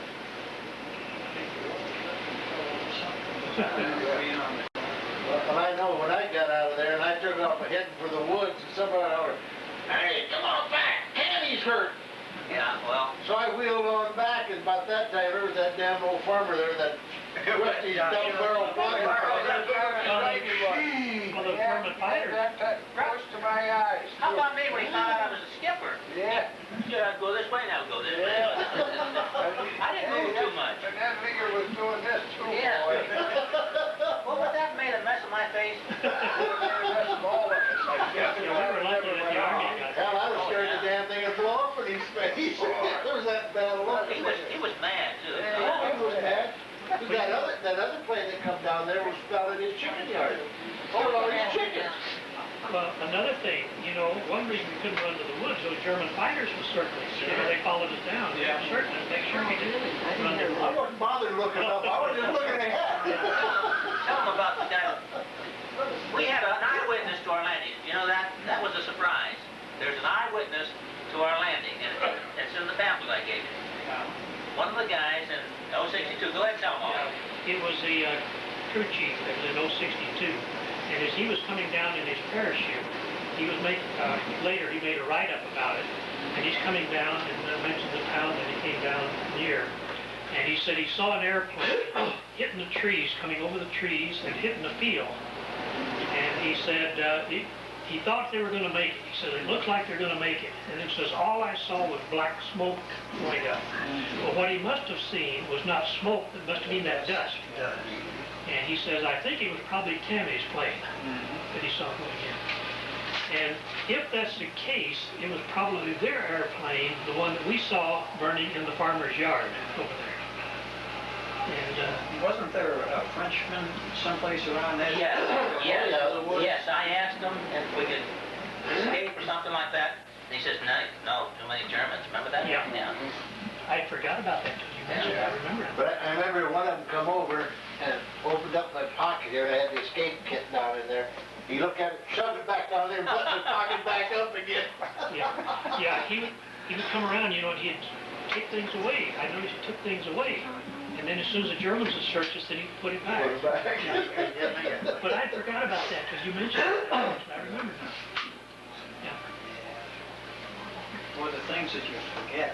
Oh, Yeah, that I forgot. You remember having to run behind that little three-wheel truck? Oh, yeah. Oh, yeah. Yeah, we pulled it back. We went back and cleaned up the field too, where we dropped pieces of B-24. Who went back, cleaned up a field? That same field, that cotton picking sergeant made us go back and pick up the pieces of cowling that were all spread all over the field. I never And we went put them back. in that three-wheel truck. You know, I don't remember. I don't remember either. Of course, I don't remember. Am I the only one that's sane around here? No, you're the only one. You're the only one that cleaned up. That shotgun. Oh, I remember. He was really teed because that ripped up his field. Oh, yeah. He was mad. He was mad. That was when he's really mad about that airplane. That's probably his house that airplane was right next to. That's what I have to be. That was his field, and he had just planted the damn thing. Yeah. I got that much out of one of the internees or the forced labor or whatever it was, and that was his barn where the other 24, whoever it was, killed all these chickens too. That's what made him madder than hell at us. Yeah, that airplane, 5 of the guys got out and 5 of them were still in. Let me tell you a story about the navigator and the bombardier in 062 that Ollie related to me. The bombardier was in the turret when they were hit, and the navigator said he reached up and looked at him as if he were a baby and pulled him out. And they got their chutes on, and the navigator went out, and he got out, just past the wheel, when it went into a spin, and then threw him back into the wheel. Now this is in the pamphlet. And he wasn't able to move. Well, he felt that the bombardier had been thrown back into the nose of the aircraft, in the spin.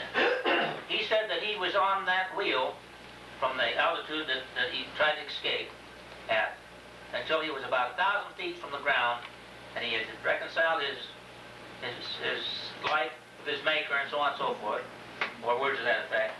Then all of a sudden the ship flew. He couldn't get off of the wheel. He was pinned to the wheel, and he was partially out of the aircraft. The centrifugal force was just, and all of a sudden, at about 10,000 or 800 feet, he estimated, it exploded and threw him off, and his chute opened, and he made the ground. Now that was in New York. I want to tell you something else, and then you guys can talk a little bit. Just talk about being scared. On our first mission, we went up North Sea. Remember that? Then we turned right. We went into Germany itself, and we got hit by fighters. I never saw them. I saw sparkles, and I said, "Oh, what? That's pretty." I didn't realize at the time there was 20 millimeters. I looked over here, and there was 2 B-24s, and I swear to God, I don't see how this could happen. They were tumbling like that. Now, I'm up there on the rudder pedals. George is over on the other side. And my hands are going like this, my feet are going like this. I didn't have any more control over that aircraft than I had to. I was absolutely scared to death. Scared to death. Have you ever seen anybody as tall as I am try to crawl up inside that P2 helmet? I'm talking about that helmet. You remember when they issued those things, they cut out the circles, and I'd be flying along like that. First thing you know, that thing would work down over my face. George would reach over, pull it back up. That was his duty. That's it. That first mission we went on, first flak we saw, I was standing in the waist there looking out, just thinking how pretty that looked out there. Then suddenly, trying to kill me. If my old kneecaps started to bobble. Oh, yeah. That was the only time it ever happened to me. From there on out, I never had that happen to me again. You remember the 3 planes, the 3 Nazis that were shooting, or Luftwaffe, that were shooting at us? We had 3 and they had 3, and we got back to 2 miles away from each other and shot guns, and then they'd break away and come back and shoot, break away and come back and shoot. Nobody hurt anybody. That was our own private little war. They blew their way and blew it over. You guys with those guns, I hit a barn door. It was a platform. You know, you were saying, I was going like that. No wonder we couldn't hit anything. Don't blame it on the old man. Let me tell you something. You know, my first mission with you was my 13th mission. And of course, I didn't tell you which one it was till we got back. We got knocked down on my 22nd. And in 22 missions, I never saw an airplane go down, blow up, go spin down, or you know, just every time. Well, I was always on the right side of the formation. And all the activity was over. Hey, now wait a minute. We got numbers 3 and 4 shot out 4 different times. Yeah, I know, Remember but that? we didn't go. Oh, no. We made it back. But in 22 missions, I never saw an airplane. Well, I know one we didn't make it back on. I don't mean the one we went down either. When we went down with the 44.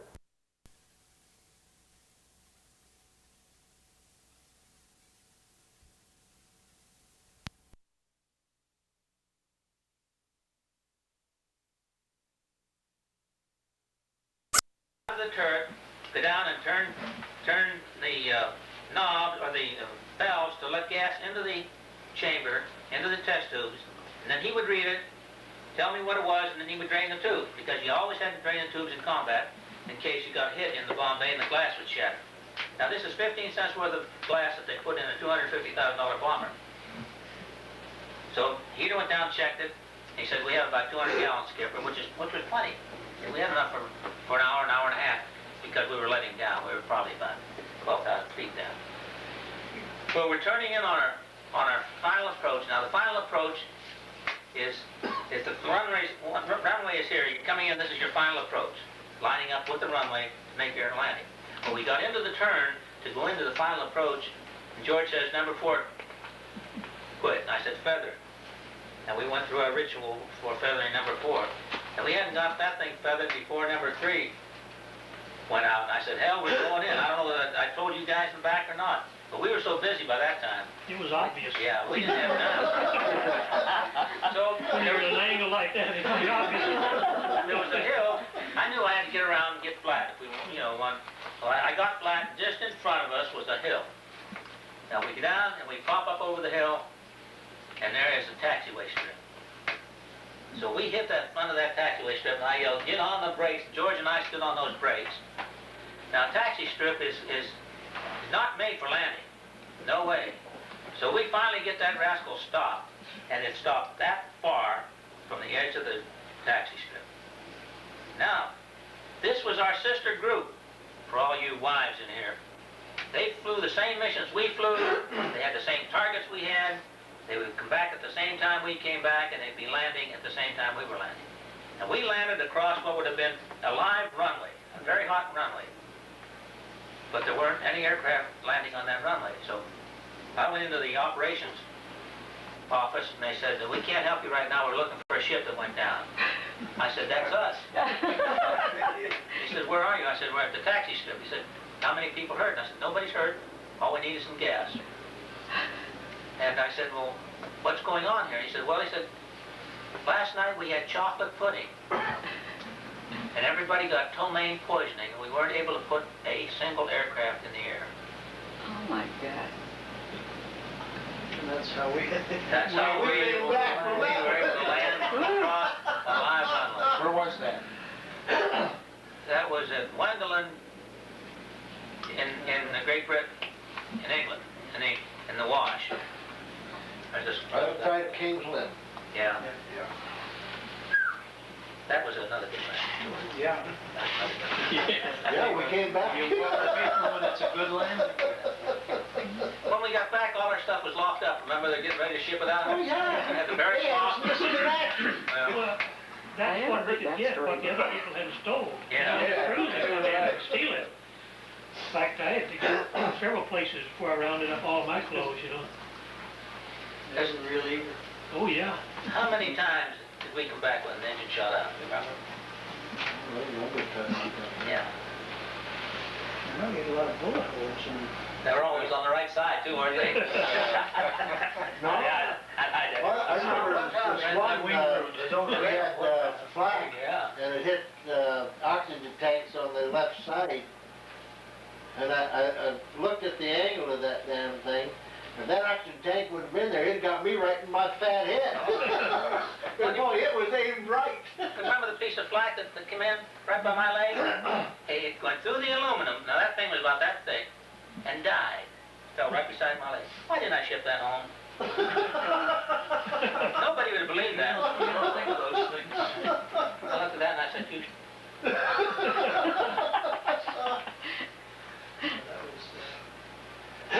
Times that I hope we never see again. What? Hey, can you imagine being dumb enough to get into a B-24 and fly with it? I didn't volunteer for it myself. I don't know about you guys. I was drafted. My serial number starts with a 3. Well, my mistake was listening to him and Morgan. I could have just said up and down Air Force Base. You started with the 3? I started with a 3. What was it? 38, 428, 905, sir. All right, mine was 350-28809. Oh, Another draftee. yeah. We looked down on regular people. Anybody that went in and signed up to fight the war. Yeah. You mean like 17, 16? Anybody. Well, I know. Hey, I didn't put my sheet up in Heater's office. George and I didn't have anything to do with Heater's office. His office came down in our office. He was going down there. Yeah, that's a hell of a way to help That you wasn't guys. just his elevator. You know, don't you, that we'd never found your chute, and all these guys that jumped, and you and I would have gone in together? Sure, of course. No way. I know it. Do you remember telling us to bail out? Yeah. Then you said you was gonna take it back if you could. We were trying to get into that cloud cover, remember? We just broke out of a cloud cover when they hit us. We made the first pass, we picked up all that escort, all those 109s. Yeah. Escort we didn't need. I said, it's time we do something about this situation. That's when I said, let's put the wheel down and see if we can get this thing down on the ground. And we damn near made I it. think every one of us decided right quick if you carried it back, we was gonna be with it. I took one look at that chute. I kicked the hell out of the road. I'm going with her, boy. Wherever Bill goes is where I'm going.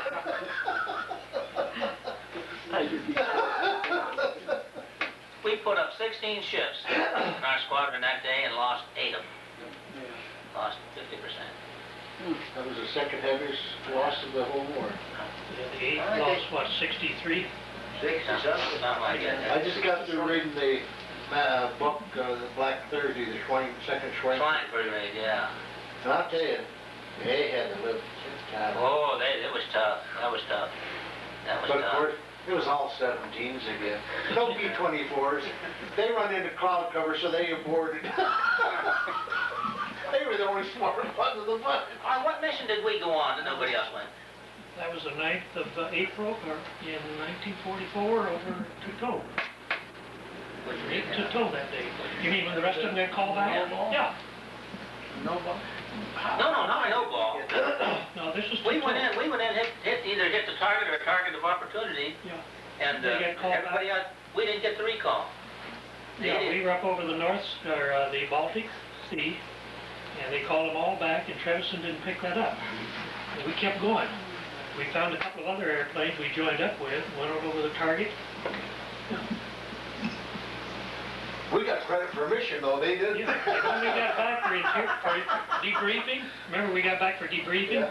And usually you just had one guy debriefing you, all the crews. Man, they were all lined up for us. We were the only one got outfitted with on that mission. Man, we had about 10 guys debriefing us. Huh? Oh. The one I remember fondly, George, was the day we took off. Remember we were flying blind? Peter was watching the airspeed, you were watching the right side of the runway, and I was watching the left side of the runway. When we hit takeoff speed, I went on instruments. They said, clear sailing, you get about 4,000 feet, nothing. We broke out at about, what, 16,000 feet? Something like that. We formed up and was going into France, and all we had were clouds, and they were falling off. Everybody was aborting. We started out on, what, the 3rd deck? And we were flying the right wing of the lead. Yeah. Before we ended up, and then we broke out over that airfield, and they nailed number 4. Remember that? And I said, that's enough of this garbage. So we went back home. No way that. No, and then they called it off. Remember we got back and they let us, what did it look like? I said, it looked like hell. I said, we were flying second in command, and we had started way back in the pack. What was that mission that they called off? And we never did break out of the soup. When we turned around and went back in, we got a recall on it that day because nobody could get it clear. I guess one day. And why we never lost more airplanes in that soup? Hey, we lost a lot. We had a lot of mid-air collisions. We had a lot of mid-air collisions. Just a lot of them. You know, the ones that was crazy was the stupid limeys flying at night. They lost more in mid-air collisions than they did to the enemy. I didn't have guts enough to fly in the daytime. At least I could see where I was going when it wasn't foggy. You know what their average kill was? Ours was 7 out of 10 made it. Theirs was 3 out of 10 made it in the big bombers. But all you had to do was get inside one of those, and you could tell. Boy, it looked like a jigsaw puzzle. I never got to say what other planes. Got one of their mess halls when we was going overseas and couldn't eat the garbage. Oh. Greasy, slimy stuff. God, that was pathetic. I mean, they brought some potatoes. And they took one look at it. The oil was just running. It was so bad. Oh. And these guys eating that slop like it was going out of style. Remember the mess hall in Marrakesh when we landed there? They weren't going to feed us? Yeah. And I raised hell. And the guy came out and said, don't you know there's a war on? I said, where the hell do you think we're going, moron? And he said, Lieutenant, you can't talk to me like that. And I said, I just did. So he said, I'm going to get my commanding officer. And he went and got his commanding officer. And when his commanding officer came out, his commanding officer said, feed these men. I said, thank you. I don't remember that. I remember the buzzer sitting on top of the mess hall. Hey, that was a good place for him to be. Yeah. And then when we landed in England, they were going to charge us for the meal. I said, oh, now. Well, that's the truth. Those buzzers were sitting on top of the mess hall. You mean like real buzzards, huh? No, Oh, yeah. at the car. Yeah. We stayed overnight there. Yeah. They had them big Moroccans out there guarding the plane. Oh, yeah. And you sent me out to the plane for something. I don't even remember what the hell it was for. And I go out to the plane and suddenly this big goof pops up behind the plane and I look there and it took me 20 minutes to see the top of it. And then that bag that's sticking up above him yet. I finally got across there with hand signals and everything. I had to go to the plane there. So I went and plane got whatever you sent me for. Weren't they tall? Oh, yeah, but them rifles with the bayonets was taller than they was yet. 18 feet. God almighty, they went up for an hour. Man, then in the dark yet? No way, Jose. You remember the little honey bear we turned loose over? Oh, yeah. Hell, that's Hey, them arrows had different deal. You were a lark. We got him on the runway in Brazil. Yeah. Sure did. And Fortaleza. Fortaleza, wasn't it? Fed him bananas. Yeah, Fortaleza. 7 o'clock. The last thing they said was, don't take these bears out of this environment, they'll die. So we're up in the air and there's this bear. Of course, I blamed Lark for it. I blamed her. That probably was. Hey, look. He can hold his liquor, though. Oh, yeah. That's why I had that ulcerated stomach that I wrote a letter about. Can you imagine an old steel worker, which was me, getting into a B-24 at Fortaleza, Brazil? At what, about 2 o'clock in the morning?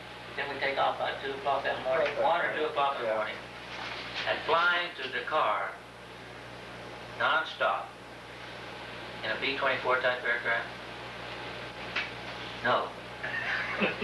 No, and you know, we hit the car right on the damn nose. And Yeah, but do you remember something else? I had to get my fanny up in the nose to balance the ship out. And you weren't heavy then either.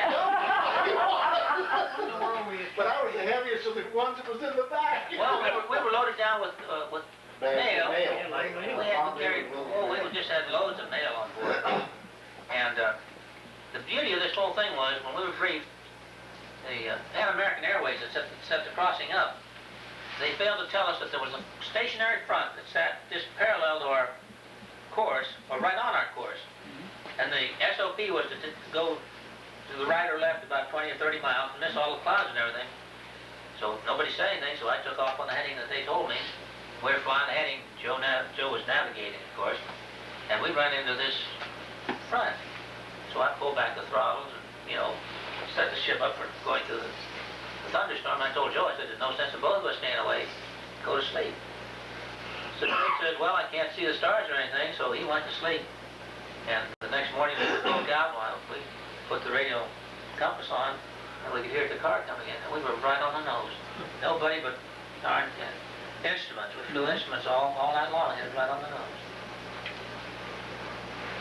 We got crowd up there from Coffee was up there, Gene was up there, and me. There wasn't that much room up there. Not too much. Well, I tell you what, if it had been in B-17, there wouldn't have been any room at all. One thing about that 24, it had a nice cockpit. It had nice 4 engines. We had better engines than the 17 had. I every time I get somebody was flying B-17 to tell you how much punishment and everything to take, I thought, you weren't very smart. We was at B-24, we'd outrun it. Oh, yeah. That shuts them up, boy. You know that they used to fly us about 10 miles an hour slower than the ship was originally designed for, carrying that load, with the load factor. And then we were on the verge of stalling out about 60% of the time. That's why some guys never learn to fly the B-24. Yeah. That's why some guys never learn to fly the B-24. Because the Air Force in its wisdom combined that in the 17s and wouldn't allow us to go at our max cruising speed. They used to max it out almost every mission. Oh, yeah. That's when you try to throttle back, trying to stay back with the 17s, keep running away from them. One of my favorite stories is that raid on Ham. You remember that? We took off in the middle of the afternoon. Came back at dark? Yeah. You remember we were approaching our target and you called up and said, Skipper, there's another group at the same level that we are heading for us. We were coming in like this. And I said, George, check right so we can get the hell out of here if we can. And I said, you keep an eye on them. The second we drop these bombs, we'll vacate. So you kept checking. You said, we're still clear, and we dropped the bombs and got out of there. And we formed up with this guy from the other squadron, the 392nd. Yeah. The captain, remember the captain that was flying? Yeah. Let me tell you the story about this captain. I don't know whether you guys know this or not. Hammond, something like that. He flew 25 missions, one of the few. So they said, we'll send you back home for 60 days, give you a majority if you fly 5 more missions. Hey, they were short pilots, short. So the guy said, piece of cake, I'll fly 5 more missions. Well, this was his 26th mission. Okay, we come off the target. We formed up, we got in the V, didn't we? We got in the spot. We're flying in the spot with them, and the Jerrys are lining up there on our left. And we have some 47s over here, some 47s are way in the back, and some 38s are over here. And these crazy Germans are up there beehiving. So they start down through our formation, and boy, there's nothing like tracers all over the place. And then our fighters go down behind them. They come through our blocks. This captain gets number 2. Was number 2 hit? Number 4. Number 2 was hit. So he's pumping smoke out of there. And we must have flown about 8 minutes when shoots start coming out. We counted about, 5 or 6 shoots. And they're still up there with the thing smoking, burning, and they're plugging along. Toot, toot, toot, toot, toot. And I told George, I said, we better drop back because this guy's going to blow. So we loosened up the formation. And we stayed with them till over Belgium or someplace like that. Someplace, but he was behind us. Yeah, well, then they bailed out, remember? Guess who the first guy was when we walked in? Prison camp.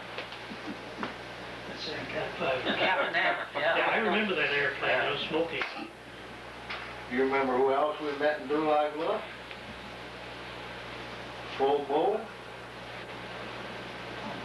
He'd been our commander in the 52nd Bomb Group up in Boise. Oh, yeah. Yeah. He come over to our group. Yeah. But he was in the headquarters there. He went down a couple of days before us. Hey, didn't we fly with Chili Stewart one day? We had a supercharger problem. Oh, yeah. Just before the coast, we made a 360. We made a 360 and tagged on to him.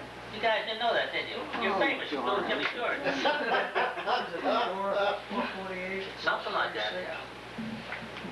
Yeah, we made a 180 and we were going to return to the base and the engine smoothed out so we continued on around. Made a 360 and tacked on to the next group. And that was the best way to do it because if the flag came up over here, we would go down and come up over here. That was a good place to fly. Right, that tail. That was real good. Enjoyed that flight. Didn't enjoy many of them. You didn't like that 23rd one, Didn't like the 22nd. Can you imagine flying sub-patrols for 12 missions and tying up with us? I sub-patrol for 12 missions with 8 Air Force. With what? Doing what? I was on another crew. Oh, you were? Yeah. Did you ever saw any action at all? No. You said you was flying over Europe? I was thinking that you was on some July. Did you ever hit the mainland? Sure. But I got into... I saw something every time I went over. And in October of 43. And I went in, I flew my first mission on the 5th of November. 5th of November. Boy, you were over there a long time, weren't you? I got over in June. We fixed you up, though. Oh, yeah. I got to stay another year. So your mission was not sub-patrol? No, I had 200 Didn't you lie to your mother? No, he had some patrol before that. Oh, I see. Okay, because your mother wrote to mine that you... Yeah. I was Of wondering. course, I always wrote her, I'm in training, or I'm in school, or I'm in this. I never told her I was flying. My mother knew what I was And I just doing figured. because I enlisted or volunteered Yeah. with cadets, you know, in 40. So I just figured maybe you was doing that, because I know her letter said that Yeah. she was flying. No, I got overseas in June of 43, and I flew sub-patrol out of southwest England, out of Lansing. Well, how would you get credit for missions on that? No, June, we was down I got in, credit for 2. For 2 missions. How many did you fly? yeah, hell, we was down in Flew 22 and just... Panama City. We didn't get out of there till July. I had 200, I got air medal for sub-patrol, I got 200 hours. 200 hours. And I got credit for 2. Well, they stuck There were other people, other crews in the sub-patrol outfit that were given credit for 5 missions, 8 missions, or whatever. And there were some that went right from the sub-patrol into a school squadron over in northern Ireland and flew or trained crews coming over from the States and trained them in high altitude and all that sort of stuff, which was a big laugh because we used to fly at 50 to 5,000 feet. We never flew at altitude on sub-patrol. Oh, I'll tell you what. They made so many mistakes. That training that we got, they found out that half of it we didn't need. They put you in this little chair and spin you. Hell, if we were spinning in an airplane, we were dead. It was all over. We were in that kind of a... Because you never could have gone down and witnessed the guys in 062. Well, they put you in the high altitude chambers too and take you up 35,000 feet. Hell, we didn't have a plane that could go that high. Not a bomber. Now, that brings me back to it.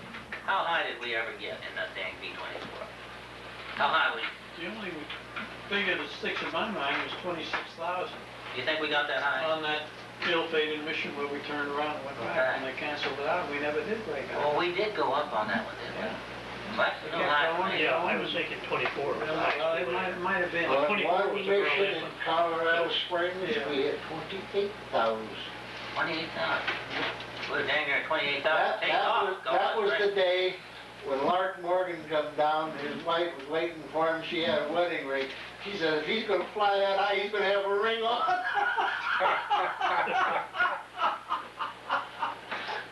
And he never wore a wedding ring, but she went and bought one when she saw him up there, he was just a mere speck in the sky. Yeah, we really went high that day. I know in the rear end, boy, it really iced up. It was just solid ice. Hey, it was cold up there too. Talking about cold, I bet you guys froze in the back end. Oh, we had blue bunnies on all the time in Europe. Well, did you have heating suits back there? Yeah. We had them, but they all went out one time. And the thing is, those wires would break and would burn right in here. And you turn the heat on, and it'd burn you. You turn it off, and you freeze to death. Well, hey, you were supposed to take another suit up, weren't you? We did. Oh, We was lucky to get one suit. Huh? We was lucky to get one suit, let alone two. I thought that you fellas were issued a fur line.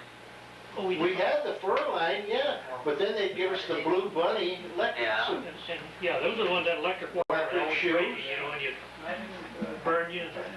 You didn't dare put your electric shoes on till you was out near the plane, so you didn't wear them out or break the wire. The chief flight surgeon would be there at the briefing room to check you when you come in. Where's your shoes? Got them on. Remember Joe Miller? Huh?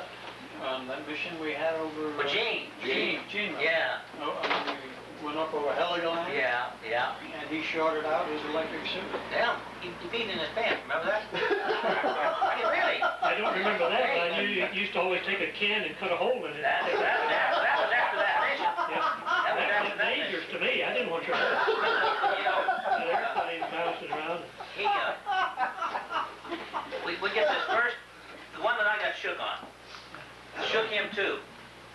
But I was sitting down, although he's sitting down too, but his bladder's released. He had an electric suit on, nothing else. And he's up there and he's calling back and says, Cam, he says, it's cold up here. I said, tell Gene, I know it's cold up here. What do you want me to do about it? He said, well, it's just cold up here. And I said, I can't leave the formation, right? Yeah. I said, I just can't leave the formation.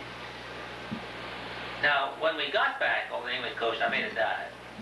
But that was the last time Gene did that, because from there on out, he'd take a can. And I'll tell you another guy that took a walk. We'd get up over the channel, start inland, and my co-pilot would go back and pee on the Bombay doors. Every time. Like, we just before we run our oxygen. Just before we went off. But we never peed our pants in the office. No, never did. But that was... Remember how many times we have gone to Bombay and armed them things, Holly? Oh, yeah. You know, that wasn't bad. We didn't mind that, because, hey, you snip a wire up, you pull it out. But when they tell you to abort, bring them back, and you have to go out there and wire all them damn things up again. 5 minute oxygen bomb, you keep running back and forth. But that, we had a nice wide walkway. It's Oh, about that wide. yeah. It's 20,000 feet straight down, you know. And you walk on that little narrow walkway and put all those cotter keys back in. You got to bend out, especially when you had the cluster fragmentations and everything. Oh, those were nice. Oh, yeah, you Those had to were be nice. way out there and start wiring all them damn things back together again. Hey, I used to sweat those frag bombs and incendiaries and frags. And they'd usually load them up together, wouldn't they? Yeah. Excuse me, because they'd be on the back end of the bomb. What they'd do is they'd load the heavy demolition bombs in the forward squadrons, and then they'd put us idiots on the back end, and we would go down with time-delayed butterfly bombs and incendiaries. Now the butterfly, is that what they call them? Butterfly or something like that. Frag bombs. They were put in there so they'd kill the people that come out to put off the fires. So they'd bomb them, and then they'd burn them, and then they'd kill them when they tried to come out and put the fire out. Sounds gruesome, but hey, we weren't over there for a cook's tour. Really? Gruesome, wasn't it? Yeah?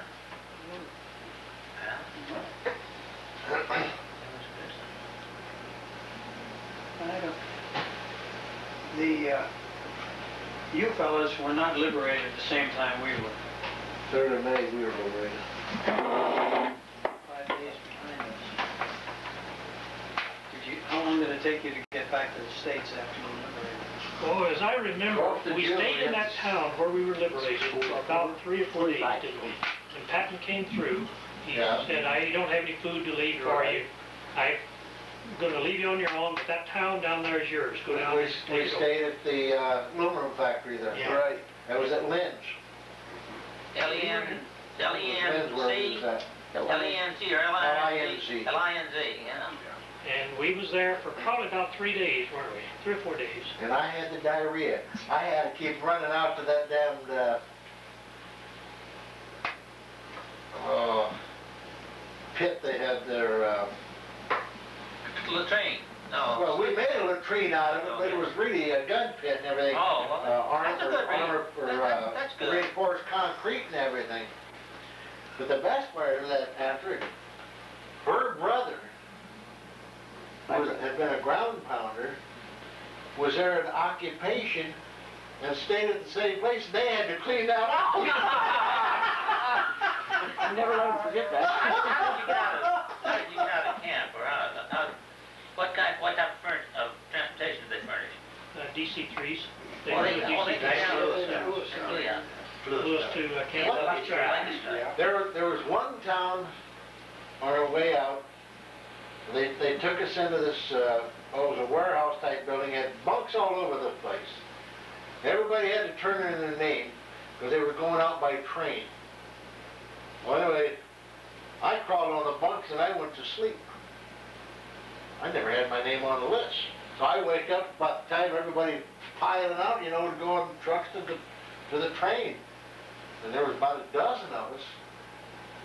And, hey, what are we, orphans or what? Your name ain't on the list. Where you been? Over there sound asleep. Where else would I be at a bunk? Well, the upshot of it was, they flew us out. The other ones took a train. And it was about 6-8 hours after we were there before they come in. Yeah. Hell, we were all bedded down already. Well, we were lucky. Our commanding officer, they drew cards. Our commanding officer drew the king of spades. We were the first group to go out. Remember that? Mm-hmm. And we got out, and the field socked in. I believe it was Lancia. Yeah, Lancia. And it socked in. So there wasn't anybody that got out within 5 days after we got out.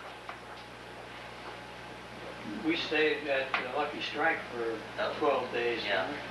We stayed there for quite some time. We hit at least the ship I was in, I come over on the SS Corpus. We hit the States June the 12th. We were in England May the 8th, which was D-Day, or V-Day, at Southampton. I was, you must have been earlier than me, because I was still in Lucky Strike on D-Day, yeah. I came back on a Navy hospital ship. No, I didn't. No, we were still in Austria there somewhere. Yeah, Marine Pen. Yeah. When I got in, I went down to sick bay, and there was something wrong with you, and they drew some blood. And now they find that. Yeah, they called me in and said, "You know that you had typhus?" Typhus? And I said, "Hell, I thought it was the bad food." And and I found out later that in Dachau, that they wouldn't allow anybody to go in there for a while because they had an epidemic of typhus. So I guess it moved into Mooseburg. So we were pretty unlucky to. Lucky we got our shots. Yeah, we stayed in Mooseburg for about 4 or 5 days after we were liberated. And then they flew us out in DC-3s. And we stayed at Lucky Strike another 10, 11 days. I got home around the end of May. It was a good meal that Cammy gave us tonight. And, you know, sometimes over there, you know, not having very good meals. I always come prepared in case. That's the slice of that bread is given to me 43 years ago. Last meal. Hey, I'll tell you what. And I was sick, and I couldn't eat it. But I wanted to save it in case when I got well and could eat it. I never ever got that sick. And I still have that until this day in case I ever get hungry again. I got a slice of bread. To remind you. Yes. You know something? Now, this isn't a joke. This is serious. They used to handle this bread like you'd handle bricks. Oh, yeah. Made out of sawdust. Yeah, they wouldn't wrap it, they wouldn't do anything, just throw it in the wagon and stack it like we'd stack bricks. It tasted like a brick, too. And I'll tell you what, when you look at the bottom, all you saw was wood splinters. It hadn't changed a bit since 44 years ago either. It looks just like it did then. Okay, I'll tell you something, though. It tasted damn good after about 6 months. It tasted good. Hey, You toast it, Toasted? I could never eat blood sausage, Joe. No, I couldn't. My stomach would revolt at that. Remember the fish heads we got? Oh my God! Oh! You remember that? They had fish heads. Oh, they had some stuff that they brought out, passed out. Nobody would eat it. Nobody would eat it. They opened it up, and there's those fishes, the eyes staring at you. No, and they smelled as bad, so we put it out, dumped it in the garden. You know the picture, The Great Escape? Yeah. That was the camp that we were. Oh, is that right? Oh, yeah. But it was another compound. Hey, I got in that room. Oh, you did? Yeah. Remember my knee swole up like that and I could hardly walk? Yeah. Well, about middle of January. Well, you guys walked out. They put me over in the hospital, and the guy looked at me and said, you'll be lucky to be able to walk at all, let alone march. So the next day they let us walk around, and we walked over to this barracks. I think there was one or two up in there, and we walked through the barracks. Of course, and we probably went into the room, we didn't recognize it at the time. But that's where I got a real good harmonica. Remember the English was set up good for housekeeping? Yeah. I walked in there and this Englishman had this harmonica sitting up there and I said, yeah, that's neat. And he said, I think so, probably. you want it? And I said, well, I'd love to have it. Yeah. He said, you can have it if you can play it. I think you should do it. And I can play the darn thing anytime. So I played the Song of India for him and he said, you have it.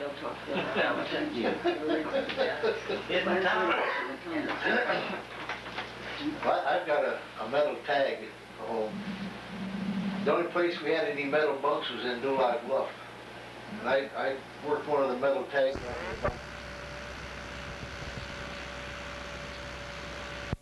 Because people notice that. All right, Jean. I would. All right, Jean. Jean knows. I hate when someone throws a jacket. You're recording.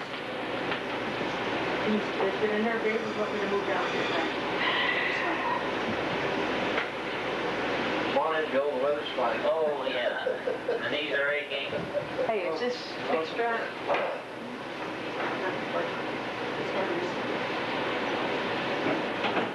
Don't change that light, we'll have to change the balance. It looks all right.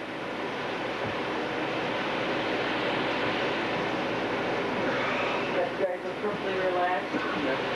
Put on your... Everybody hungry? No. Lord. I think she's going to make me walk that parking lot tonight. Okay, on the double. Ollie is on. Okay, one story I'll relate to you is when we first got to England and was assigned to 392nd Bomb Group, the crews was assigned to Quonset huts to live in. And there was two crews, the enlisted men assigned to each Quonset hut.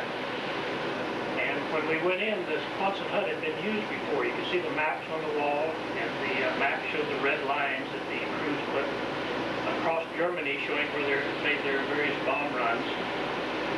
There's a lot of maps up there, and you could see where they'd been on different runs, and all of a sudden it ceased, and you knew that crew had been shot down.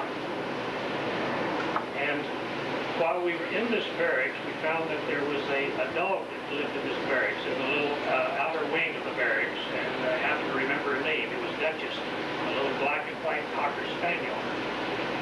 And the dog wouldn't have anything to do with us. It just completely ignored us. But during the early morning hours, we would notice that this dog was at the runway, at the parking spot where airplanes pulled in and parked after mission. And every time an airplane would come in and land, we'd see the dog jump up and start wagging his tail and wait for that airplane to go into that spot. And we realized that she was waiting for her crew to come back, the crew that had been shot down over Germany. A few weeks after that, the Red Cross came in and told us that and by this time the dog had a litter of pups. She had a litter of pups. The Red Cross came in and said that the dog had belonged to a crew member and that they wanted to send the dog back to the boy's mother in the States, and one of the pups he was going to send to a nurse who was a girlfriend of his that lived in London, and they found homes for the other pups. The dog still wouldn't have anything to do with us, but got along with us a little better after she had the pups. And one morning, we were notified that we had to go on a mission, and we were to report breakfast early in the morning and get ready for the mission. And we got up, got ready, went to the chow hall, and the dog jumped up and like she was the best friend we had. It followed us to the mess hall, into the mess hall, wouldn't leave us alone, trying to jump up on the bench with us. And after breakfast, we went over to the room to check out our flight gear. It was the same thing there. The dog followed us over and just forced herself into the room we was in.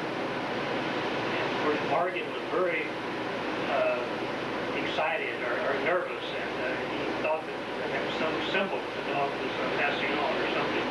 And he tried to run the dog off. He got very frightened of this happening. And I guess some of the rest of us were too.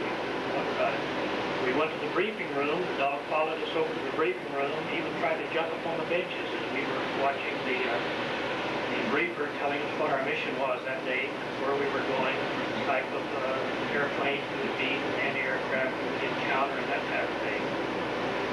Once you get our guns after that and put in the airplane, the same thing. The dog was right there. We took the guns out of the airplane. We just let the dog go with us, and we loaded them in the truck.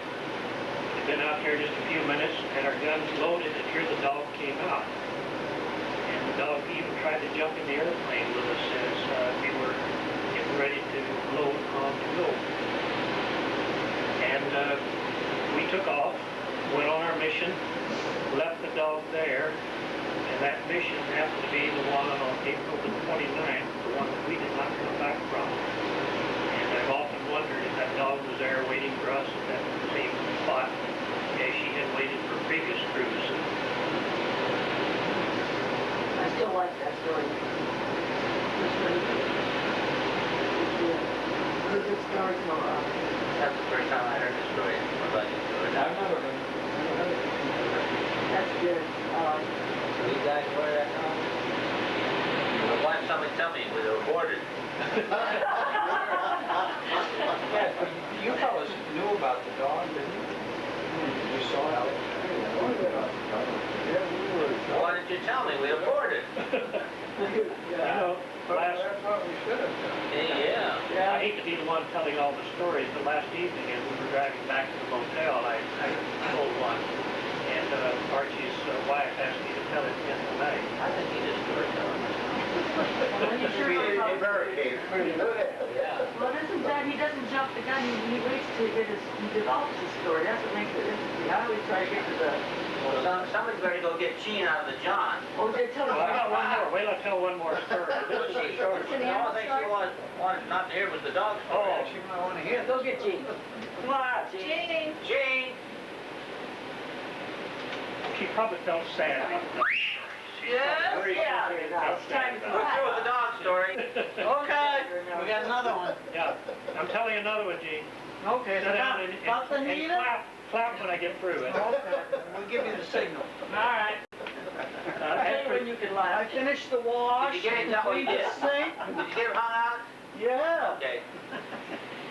So after we were liberated and went to Camp Lucky Strike, Archie and I was together. And of course they fed us real good there at Camp Lucky Strike, trying to get us fat before they sent us home and let our parents see us.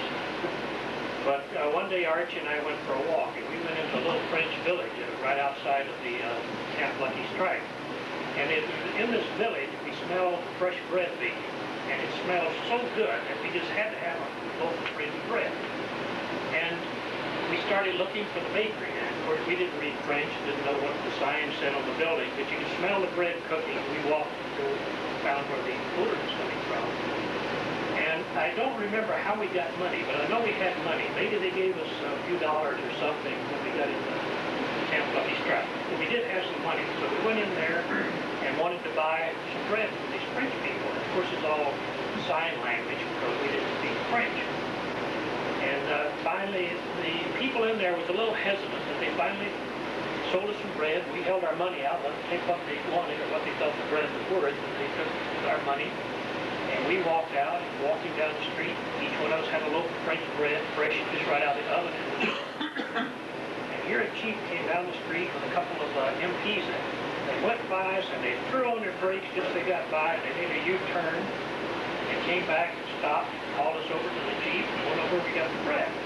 So we bought it at a French restaurant. I thought they thought we stole it or something. No, we paid for it. We bought it at a French restaurant. He says it's against the law for them to sell bread. It's ration, and you got to have a ticket or something to get it, and it's against the law to sell bread. I said, where did you buy it? He said, get in the Jeep. Archie and I climbed in the back of the Jeep, still eating our loaves of bread. And they said, where was the restaurant or the bakery that made it? We said, well, down the street somewhere. So they drove down to one of the bakeries and said, is that it? We both looked at it, still eating our bread. No, that's not it. And so they started the Jeep down another street and went to another bakery and they said, is that it? No, don't think that was it, was it? And Archie and I were talking back and forth. No, that wasn't it. It was a different color than that. So they drove us to every bakery in town. And we kept saying, no, you missed it. You didn't think it's the one we bought it at. And about that time, we just about had the evidence gone. And they stopped the Jeep and said, okay, get out. You're not going to tell us anyway. Don't ever buy any more bread. And we said, well, how about taking us back out to Camp Lucky Strike? We hadn't got out of the Jeep. They threw it in gear and headed back to camp. They looked in the back and they said, but you better have that bread gone before we get to that gate. By the time we got to the gate, well, the bread was gone. They let us out of the gate. We went back in.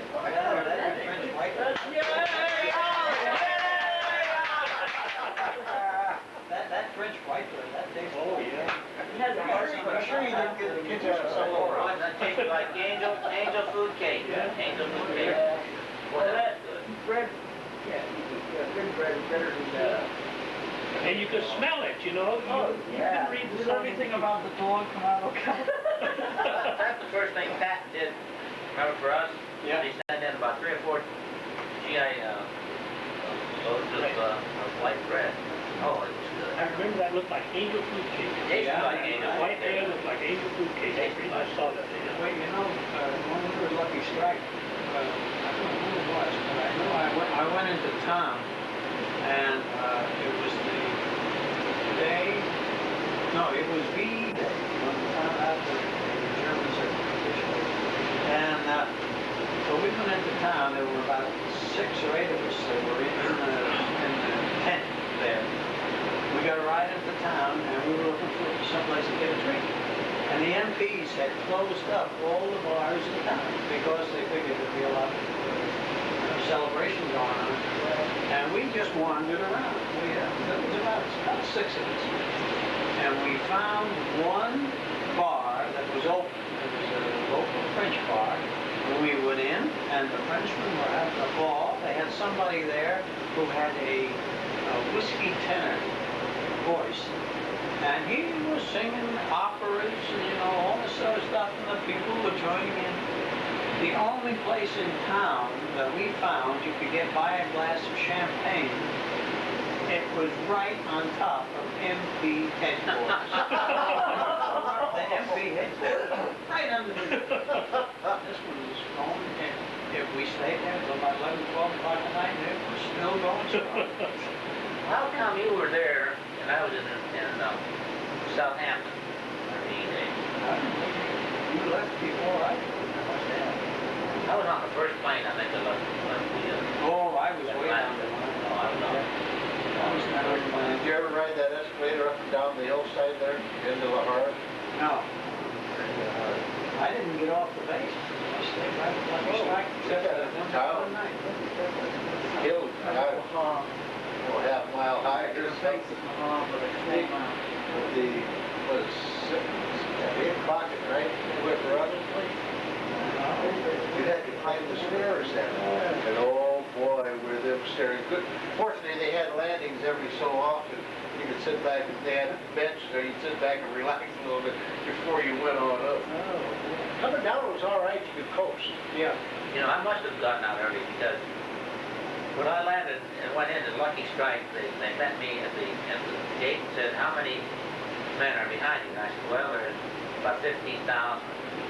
And he said, how many officers? I said, about 15,000. He said, Where the hell am I going to put them? I said, hey, you don't have to put them anyplace. Just feed them and turn them loose. They'll take care of themselves from here on out. He said, I can't do that. I said, why not? He said, well, this isn't being done. I said, well, you just feed those guys and they'll take care of themselves. And everybody behind me was hungry. Sure. Yeah, that is too. They knew I take care of it. Oh, they would. And then they put those pork chops in front of us. Well, you know, on the Bluebird, they flew us out of Manchester. They landed at Paris for refueling. Yeah. And they had Red Cross mobiles there. The girls were serving coffee and donuts, you know. So everybody got off the airplane and they grabbed a whole bunch of donuts and had a couple of cups of coffee, got back on the airplane and they took off. I don't think we were in the air for 10 minutes and everybody was hanging over a whoopee. They weren't used to that good stuff like coffee and GI donuts. I'm amazed that more of us did not get sick when we got that good food. I mean, I'm very amazed that we got that way. But of course, we've been eating trash. And there was a period of time for us anyway, from the time we were liberated, then we went into the town there, you know, where Packers and then we started getting a little more food there. We got the white bread. So it was 4 or 5 days to kind of get adjusted to it. I get sick of the German canned pork and took off one of the garbage. Is that the one that's 99% fat? Oh, probably. Yeah. No, it was too damn rich to begin with for what we've been eating. It looked like lard with a few pieces of fried. That was when I had the GIs and Philip get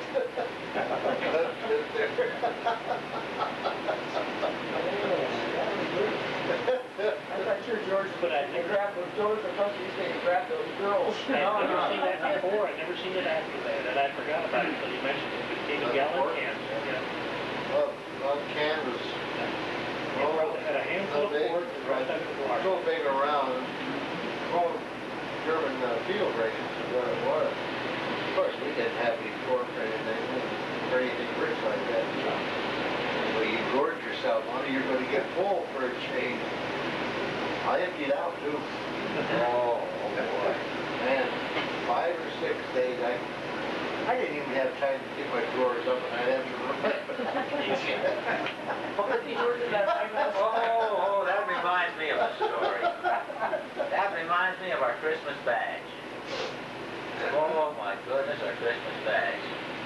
We saved one of everything. For how long? 2 or 3 weeks? Oh, at least. And we had it hidden, I think, where the Germans couldn't see it. Yeah, we got special parcels in here that turkey. Yeah, right.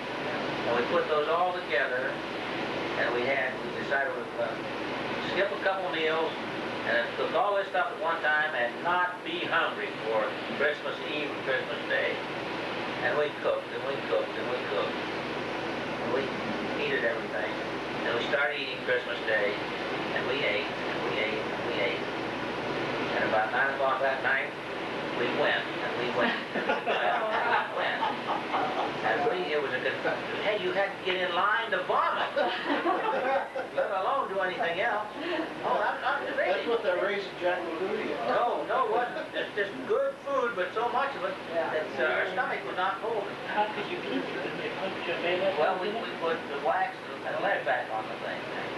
Well, they punch those holes like that. No, Yeah, they put a bayonet in there. A bayonet, an old rusty bayonet down through all of them. We always took margarine and sealed it up. Well, everybody did. We actually used to hide crystal sets and no one the Germans would never find crystal sets. They could hide it in obvious places.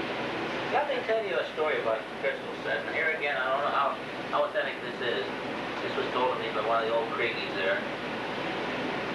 They had a crystal set, and the headset went out on it. So they had a guard that they had bribed. Once you bribe a guard, he's yours. He's just yours. There's nothing he can do about it. He's yours. So they called him in and told him that they needed a headset. He said, oh, I can't get you a headset. No way. Well, the commandant found out, or had an inkling, that there was a canary, which is what we called it, was being used in our compound, one of the compounds, the English compound. And he he issued a communique that any guard that found the headset, or the headset, or any part of the canary, would get 2 weeks off. Well, of course, we had communication with the front office. One of our Krejcis knew what was going on, had the German in his pocket. So he called the German guard in and he said, look, if you will go out and buy us that headset, we will give you this old one, the Commandant wants, and we will give you money, which we had. Somebody had money. You go out, take the vacation or the furlough, buy us a headset, bring it back, and everybody would be happy. And we were. And they were. The Commandant got his headset, the guard got his furlough, and we got our headset. Now, I don't know how, it sounds logical that way. Yeah, it really does. We did something similar to that in our camp. We would take it was usually our security man, not in one, there'd be one person, the security man would get one of the guards that was kind of this way. And of course, they couldn't get passes, to go in the town, but they did get a pass. They found that it broke up an escape attempt. So we'd tell him, or the security man would tell this guard, you tell us the next time they're going to have a raid, because they just came in the middle of the night, they could find the headsets out working, or find the knives and the things. So you tell this guy, you will tell us when they're going to have a raid, we will get you a 3-day pass, and I think they got a 3-day pass. And so this guard goes to our security man and said, tonight at 3 o'clock there's going to be a raid at barracks number so-and-so and so-and-so and so-and-so. So we were all prepared. We'd have our radios in, and we'd have everything away. They'd come in, they'd make a raid, and we were all sleeping in our bunks like little angels, no radios out. And the raid was over. The next day, our security man would take 4 or 5 people and say, go dig a tunnel under the end of barracks number 34 or something. They'd go there, take some tin cans, and dig a tunnel back there about 3 feet. He would tell the guard where the tunnel was. The guard would go find that tunnel, report it, and get a 3-day pass. Oh, God. That is beautiful. But I had a Christmas set after that. I made one. Toothpaste tubes, a little sulfur, make a crystal out of it. That's right. You remember these stick William Shady cream? We used to have Christmas sets hidden in. Yeah. They had them so small. Yeah. The first one I made was quite large, because when I was in there and I heard that they had Christmas sets, I thought, well, how do they get the Christmas set on the radio? I said, well, how are they getting this news? It's 1,000 miles back in England. How did they get that? So once I found out it was a Christmas set, I said, man, I used to make Christmas sets when I was a kid. And you think, well, the difficult thing to get is a crystal, right? So I knew how to make a crystal. You could take zinc and sulfur and melt it and put the two together and make a crystal. So I went over to the hospital and I tried to pop some sulfur out. One of the doctors over there, they didn't have any sulfur, but they did have a sulfur ointment. So he gave me some of the sulfur ointment, grease out of it, and I ended up with the sulfur, and I went to the water pipes in the washroom, and I scraped the material off of there and heated it and made a crystal. And then some of the people coming in, with the flight suits on, with the wires in it, if they were shot out and wounded, well, a lot of times they just take them off, and then they got them there, and take off the crystal, wire on there, and they might fall. What do you use for a headset? That's the only hard part. The other is very simple. The other is simple. But the headset, you've got to have a permanent magnet. Right? You've got to have a permanent magnet. And I take old rusty razor blades and break out the U, break it out. And I did some rewiring on the barracks. When they built those, they didn't do a very good electrical job. And you could rewire that as steel wire, and the light would still work. And I wrapped it around there, And one night when the lights was all bright, I shoved it in. I got a lot of paper on my hands so I wouldn't get shot. I just shoved it in the light socket. Blew out a few lights, right in front of the magnet. And I took it bottom of a tin can, from the diaphragm, and I took it and went in the washroom there on the cement floor, and they just kept rubbing that thing around and rubbing it back real thin. Just mounted in a can, that diaphragm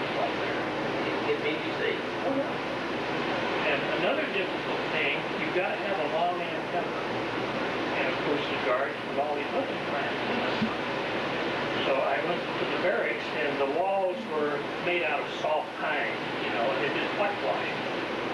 So I took a knife and I took a metal shaft out of one of the walls. You know, two big beams going together and a metal shaft there. And I took that and I ground it down and made a knife. And I just went in that soft wood and dug that knife in there and poked the wire back into there. And brought it all the way down one wall, down the wall, across the crack of the floor, over to my bed, up close to my bed. This is old used lumber, a lot of nail holes in there. One of the nail holes I terminated in there. Same thing with the ground, another nail hole down. And I went back to this wall and got some water and just whitewashed it. Off that whitewash over there, you couldn't see it. And then all I had to do is take these two wires from my radio and just plug them into those nail holes. And then I had a hook. And then when I had to hide it, all I had to do was just take the radio, because my antenna and my ground was already hid. Just like that. And it worked good. Yeah, I did that down. Always had news. That was you had both sides too. Oh yeah. Both wires. Yeah. I remember There really wasn't any need for this because there's already enough radios in there. It's just something for me to do and keep Remember busy. Sergeant Randolph used to come in to give the news? We had a guy with one wood leg, right? One mark. You better than us, who was still like 17. Must have been still about 17. I think that was in the movie. Yes. I don't recall our guy having one leg, but I know. I remember somebody with one leg someplace. But yeah, he used to hide that in that leg, yeah. Yeah, big guy. German? Yeah. Oh, yeah. But he wasn't reading the news to us. What was that Hoffman's name? Bonovich or something like that? Something like that, yeah. I just thought. I met that Sergeant Randolph. He was the advisor of the Air Force Reserve on the War. Well, you know, they flew him back. He was at a POW meeting. Yeah. About 2 years ago. You know, later on, Morgan got a hit set for me, and it was a little small with some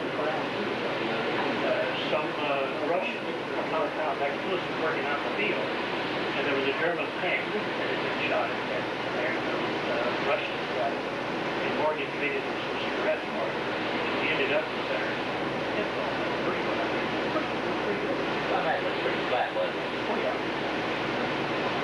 The regular one was a little smaller.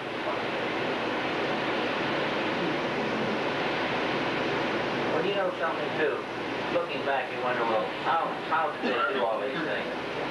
Well, if you go back to that time, most of the people that were in the Air Force and flying with us were people that had extraordinary means.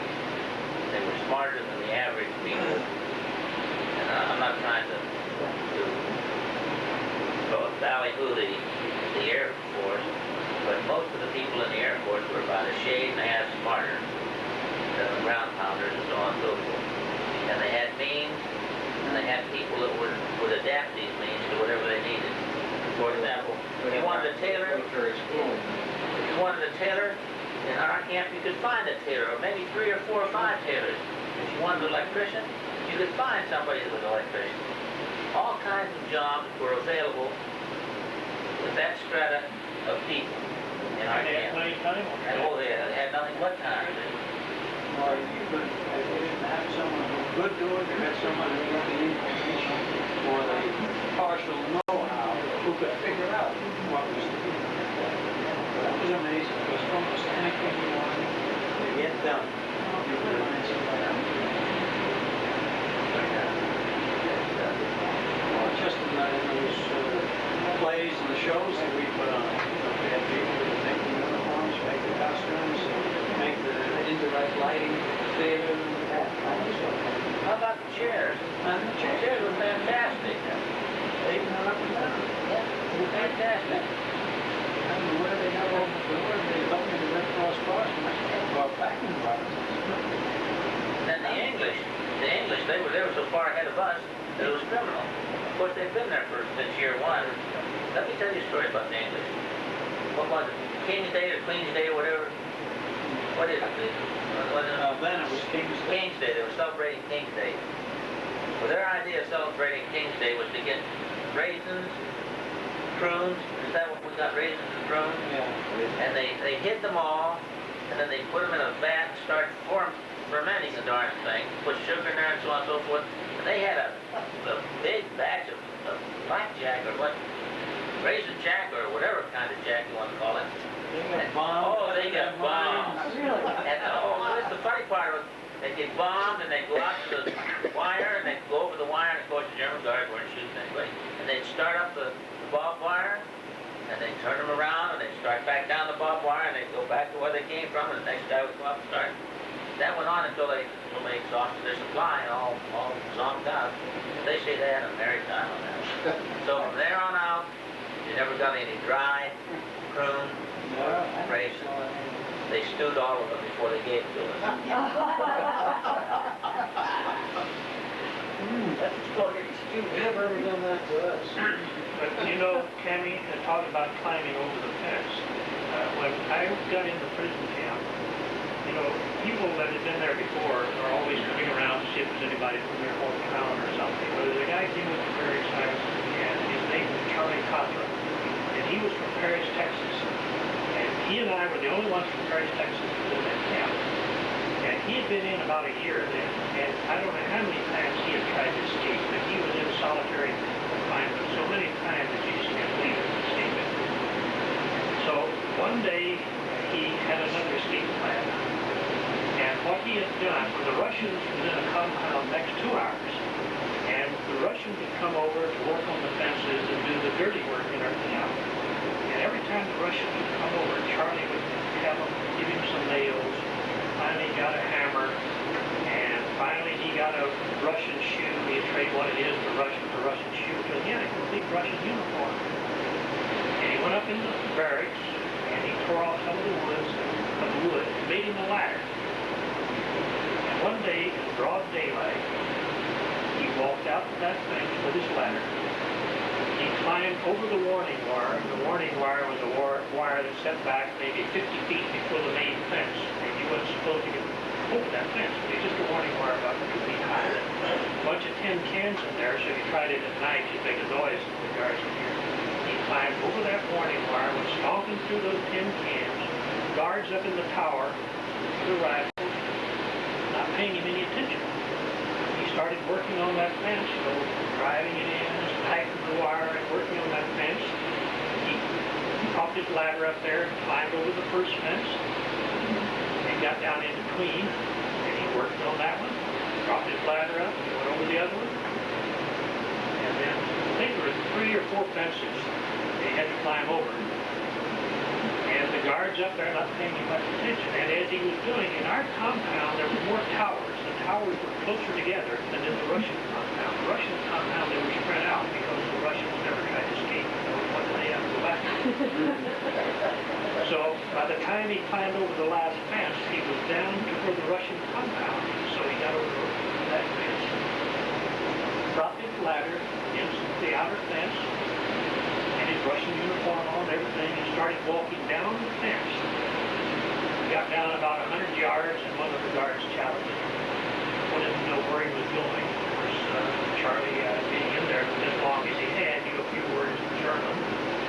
Told him he ran out of nails and was going around to get some more nails, you know. Of course, the guard didn't believe that at all, you know. And held him there and called the front office and had them send some guards around. They latched on to Charlie, took him around the main gate in solitary confinement.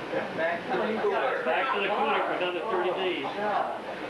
That must have been a terrible, wonderful experience for him. What about the guy that they told the story about that was waiting for the first snow, was going to connect to or had been collecting sheets?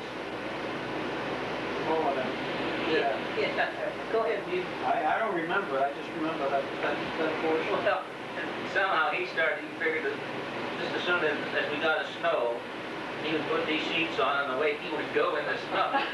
So he started out he got as far as the middle of the football field or something, and something happened, and the next morning they found him huddled under this tent out there, just frozen, darn near frozen to death. We don't know what happened. But, Charlie was also the one that he came up with a plan one time. The trash should be piled in the back of our compound, our barracks, you know. And when the guards would come in to haul it away, that's the one work that we would do to help them load this stuff, you know, away. What Charlie's plan was, is that there was always two loads, cans of junk that were piled out there. The guards that came in to haul that away were really almost illiterate. They should have been in an insane asylum. You know, they just didn't know what was going on, really. About all they knew to do is drive evil horses. They had on German uniforms. So Charlie's plan was that when that wagon came to get that trash, he would find out from the guard exactly how long it was going to take him to come back with the second load.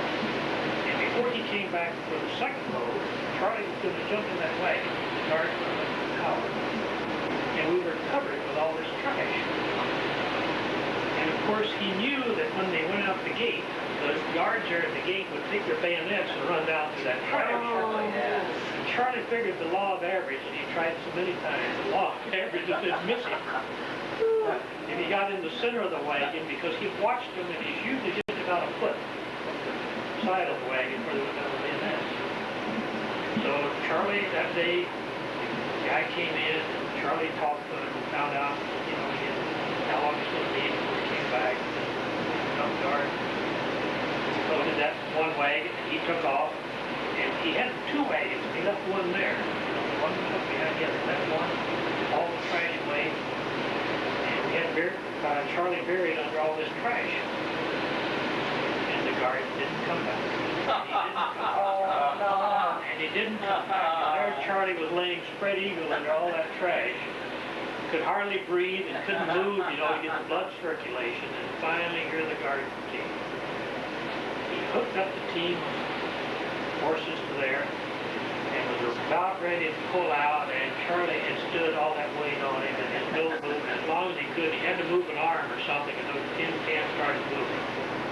And that guard jumped off of that seat, and had his gun, and went back there and started trying to dig Charlie out, you know. And of course, a group of us ran up and volunteered to help the guard, you know, dig Charlie out. And he got him up and was massaging him and said, "Hey, do you feel like running now?" And the guard was just tickled to death, you know, he's going to get a 3-day pass for treatment. And finally Charlie said, "Yeah, I can run now." So, boy, he jumped off of that wagon and started running, and we were kind of standing in front of the guard.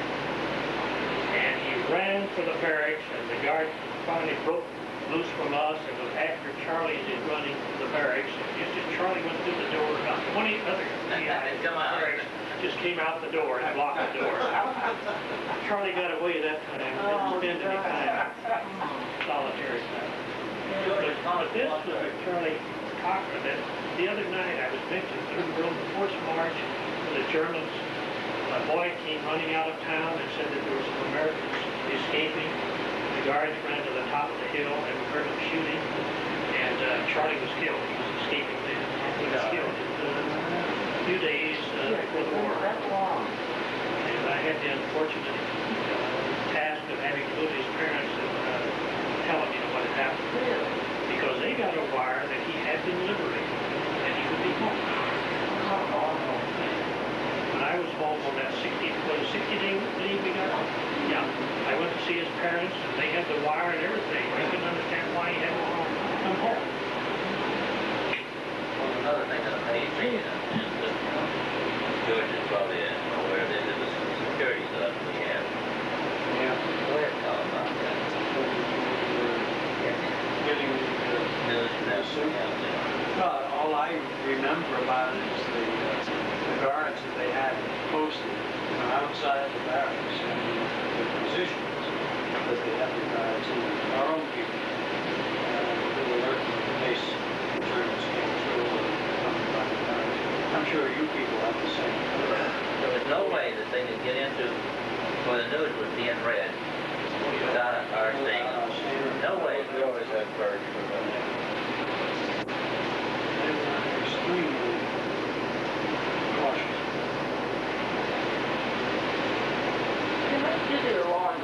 ever come on that? One lady kept her.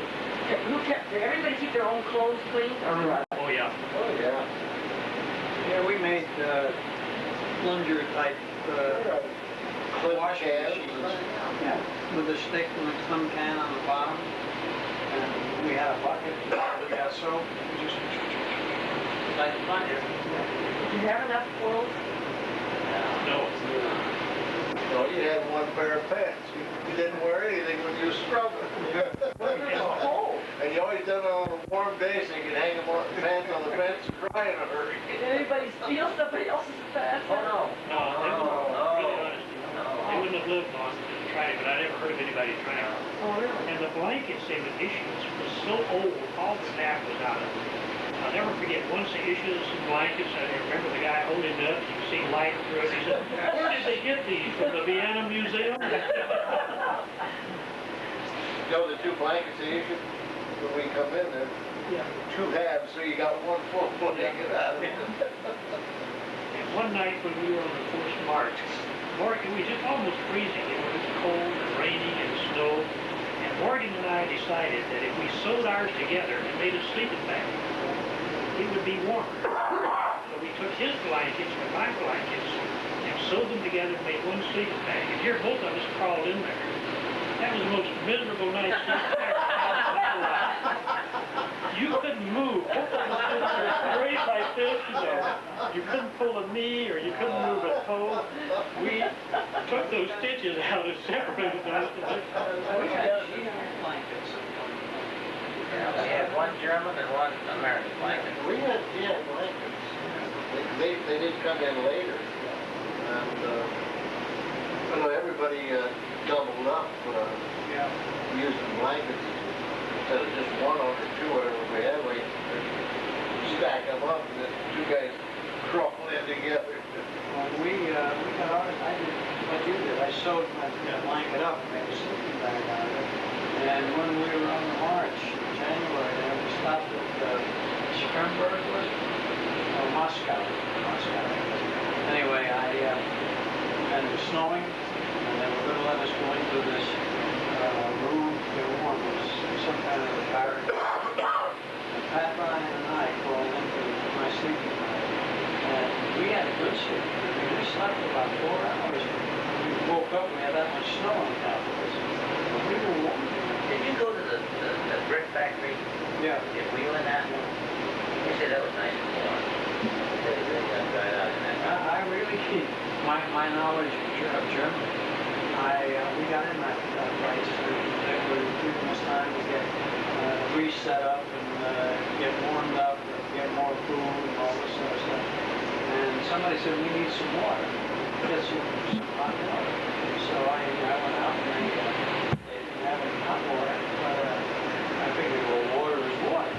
So I heard this guy saying ice Wasser. So I heard he said ice water. I said, I got water. The damn thing was so hot I could hardly stand.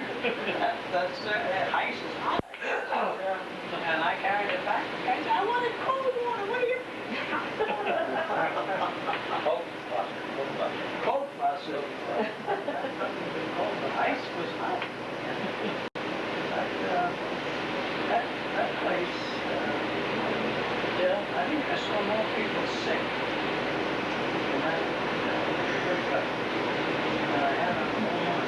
I don't know whether it was the change in the climate, or the change in food, or going from cold to hot. The little factory they had us Hickenberg and bomb. Not one part to that whole place. They could have walked in there and in an hour's time had that thing running to the deuce. It had never been bombed. Well, with all the slave labor they had, these marshalling yards weren't shut down. No. They put all this slave labor out there and had a single crack going right off the back. That was nice. They were doing that for P-38 stuff in there. Oh, shoot the hell out of it. Everything here is slave labor. Yeah. Well, we were lucky though. Our call was straight one time, remember? Yeah, at night? Yeah, well, no, by our boys. During the daytime, till they called them off. I remember that, but they were going after a flight battery. We had them come down diving like if they were going to. And I guess we just stayed in the road, you know, being cute on the brake. They pull up, circle, flap their wings, they use that after the first time, but then they knew, you know, they got track the first time. I think they had track of everybody. Yeah, at that time. The first time, you know. All from the bus. We were on the road when we found out that Roosevelt died. Remember we were coming down the hill? Towards the big back and off the mouth.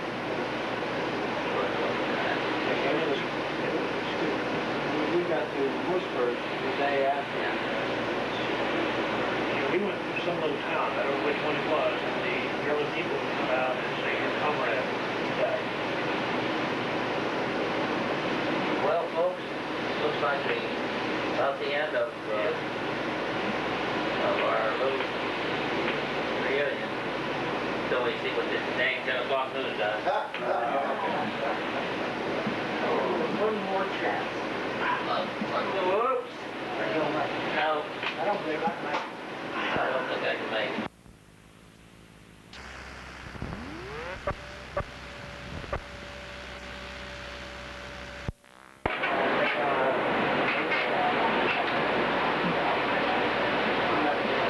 Can you hear George? You know, it's really hard to hear. Oh, I'm mumbling my head. No, You know what we've always wanted and never got when we was over there? One of the milk runs they kept telling us about. I never ever got one of them. I'll tell you what. Boy, we went on a no-ball party just before you came over. And the crew I was on was sent to the 93rd Bomber Group. It was a pathfinding outfit. Oh, yeah. PFF. Yeah. Yeah. And the crew, the pilot of the crew that I was on was an excellent pilot and an instrument man, and he was aces. And so they sent him to pathfinding. Well, it turned out that old Bob was more allergic to colds, and he had sinus trouble and all the rest of this stuff. So he spent most of his time in the hospital or on sick call when we were at the group. And I flew, I think 2 or 3 missions with another crew that needed a co-pilot.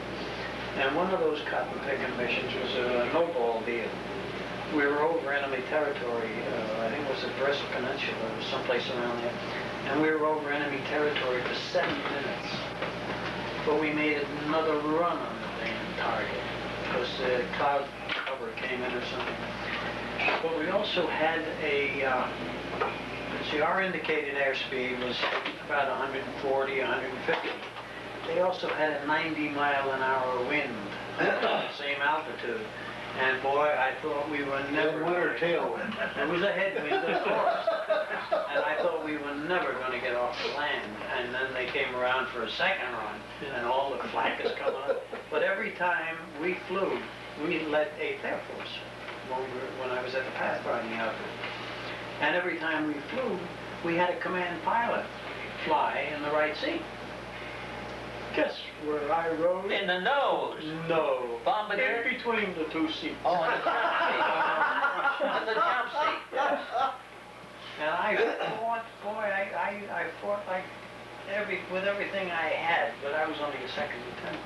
I tried to get out of it. You know, why fly me? Why put an extra man on the ship? He's not doing anything. No, you gotta go, you know. So I went, and I was so happy.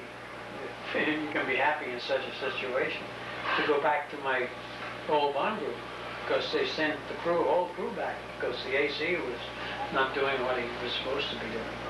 So I went back to the 392nd, and then shortly after that, then you came over and you put me in again. I'll tell you what, I have never seen anybody that could screw up as much as the Army. Oh, yeah, everything they did, well, I mean the Army Air Force. Yeah, I mean or our Air Corps, the unit that we were in. They would do things that you wouldn't believe. I was telling these guys this story. Remember when we ran out of gas, landed at the 44th? Well, I was down in the engineering office the next morning, bright and early. Mad as hell. Because here they risked 10 lives. Sure. And I want to know why. Because, hey, we flew good formation. We never, I never flew bad formation. So when I get down there, I met the major, and he came in and said, well, come in, we'll talk about it. I said, yes, sir. He said, we changed plugs in your aircraft, and we put a new plug in both of your number 3 and 4 engines. We found out later on that they were using more gasoline than they were supposed to use. I said, hell, so you send us out in an airplane with spark plugs that you hadn't tested yet on a bomb run, while you sat here in your big fat can, which was another reason I didn't get my silver bar. So that was one, and then another time I went into base ops to see if I couldn't get more rounds for these guys. I maintained the principle that we were closing at 500 miles an hour. 250 and 250 indicated airspeed at that altitude. And I said that it would be impossible for anybody to track an aircraft, especially the waste gunners. Man, you do. They were gone. So I said, why not give these guys enough ammunition so they can put their guns in the flight path of the oncoming aircraft and hold it down for 10 seconds. Yeah, let them fly into it. Well, we can't do that. Well, why? Well, we just can't do that. It's done that way. Well, they take guys like this bunch, or me too, and they put them in an aircraft, and they say, shoot it. How many rounds did you actually shoot in a turret before you went overseas? I bet it wasn't 500 rounds. I bet it wasn't 500 rounds. And they put something down. Fired out of the waste before we went overseas. I see that. Now, let me continue the story. I was reading a book on B-25 pilots that were fighting over in the South Pacific, and they found out that they were losing more aircraft on the ground strafing than they had ever lost before. And they found out after the war that the Japanese aimed all the guns straight up, just straight up, and said, when we get an air raid, when they hit the edge of that area, tie down the trigger. And they just put a hail of bullets up there, and these guys had to fly through it.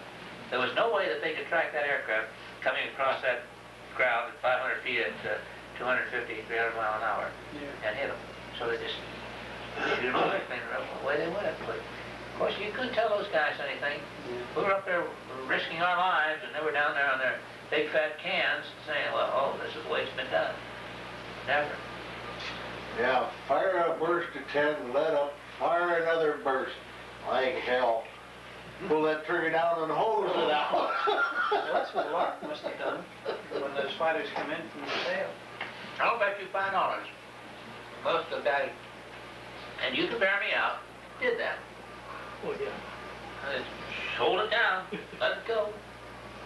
But you're right on the waste. You know, once coming in that fast, it's just, you know, there's no aiming. They're just following. You couldn't track them that fast. You aim in the general direction, try to lead him, let it go. Let him hope, pray to God he runs into it. We were doing what they said we couldn't do, and yet they weren't furnishing us with the ammunition. But you know, when we went over, the ship we took over, you only had space for ammo for 250 rounds. Right. But after they got over, they modified them. They had chutes there that would carry 1,000 rounds. I didn't know that. Oh yeah, we had big chutes in the back there, and they had even extension on your turret, I know that. But on top of that, Ollie and I always made sure there was 2 extra boxes of ammo back there. No wonder I ran out of gas. We wasn't going to run out. Yeah, I'll set those boxes of that ammo when that flag comes through. For a while there, I got away. I had a second barrel with me too. But they finally found it and took it away from me. Do you change the barrel up there? You damn right I gotta change the barrel up there. It'd take me about 2 minutes at that altitude to change it. You guys had more extra iron in the back than you had on front. You know, you thought about changing the barrels. Like when we came back from Ham that night, you know, everybody was tired, that long mission coming back at night, and they started jerking the barrels out of the guns then. That's when the spiders came in and hit us. Oh, they were sure putting those barrels back in a hurry. Do you know that at that night when we came in and landed, that over in the 44th there was a B-24, a German, an Englishman, another B-24, a German and an Englishman trying to get a traffic pattern on the 44th. Yeah. See, they followed us back. Got They all did, the way yeah, to Freedom. yeah, they followed them right back in the bomber stream. And the English couldn't pick them up. So they sent ships up to try. But of course, the English were taking a chance because we'd have fired at the English too. Yeah, Yeah, hell, anybody come up there we didn't recognize, shoot them. He just knows that you Shoot them. Yep, that wing did start flopping. Yeah. You remember, tell them a story about the first time we had P-51s on that mission to the other side of Munich, that 6-engine glider school. Whoa, do you remember that one? Oh, yeah. Well, to me, I know we thought they were ME-109. Tell them what was happening. So, Well, we had our guns pointed right at them. You know, they came up to escort us, and instead of coming up the side of us and coming in, why, they were coming in just like straight in with their nose pointed at us, and we were just aimed right at them and just blankly eye, you know, we would open up and started firing on them. And then they realized what they were doing and pointed those noses some other direction. remember Lark called up and he said, Cammy, he said, there's 4 ships back here. And he said, I can't identify them. I said, well, watch them. I said, and they point their nose at you, shoot the hell out of them. And he was just getting ready. Remember he called up and said, they're getting too damn close. I said, go get them. Just then they cocked their wing up, you know, and identify themselves. And we'd have shot the hell out of them. I think it was the first day we had P-51s for escort.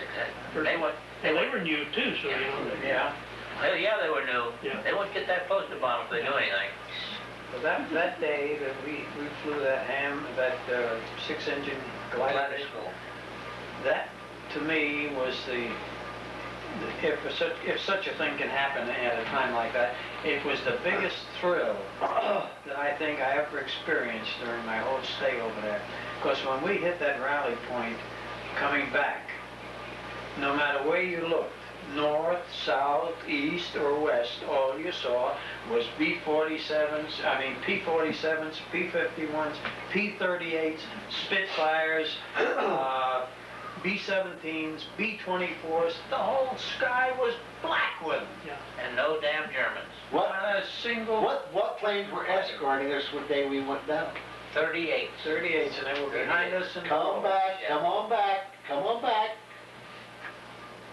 When we got clobbered, We started out, we had P-51s. And then between the break point, then the P-38s picked us up. And that's when we started getting the hell knocked out of us. You got in between. Right in between. And they're changing the flights. Well, we weren't in a position to know it, but the write-up on that raid, the bombers were scattered out so that the fighters couldn't give us the support. You know, we were spread out more than we should have been. Yeah. The different groups. Yeah, well, Yeah, that was because that I wouldn't argue about. Yeah. that's They were spread out. But we had a lapse of about They must have always 10 minutes there between escorts. The P-51s dropped off to go home. Now the P-38s were late coming in. Well, let me tell you something else about that. We were just getting ready to turn in on our initial point, our IP. Remember, we were starting to turn. I picked up the mic and yelled, said, don't turn, stay flat, because they're going to hit us. Because we were blanking out his guns would have been shot, because this was the axis he'd be shooting on, see? And I said, don't turn, keep flat. And, of course, nobody paid attention because they were already turning. And we were going to fall and come hell or high water. If we'd have stayed flat, we'd have never had the damn wreck. You know, if everybody stayed flat. Let me tell you a cute story from the front office. Remember, George, we were flying the inside of a Vic, and the idiot leading our little Vic kept getting further and further and further behind. You remember that day? So I told you, I said, watch this. Watch this. So I picked up the mic and I said, hey, you dumbass back there in the far corner, you're trying to get yourself killed? Get those 3 ships and get them up here in formation. And I hung up the mic, and you see the black smoke come out of those. They didn't know who was talking to them.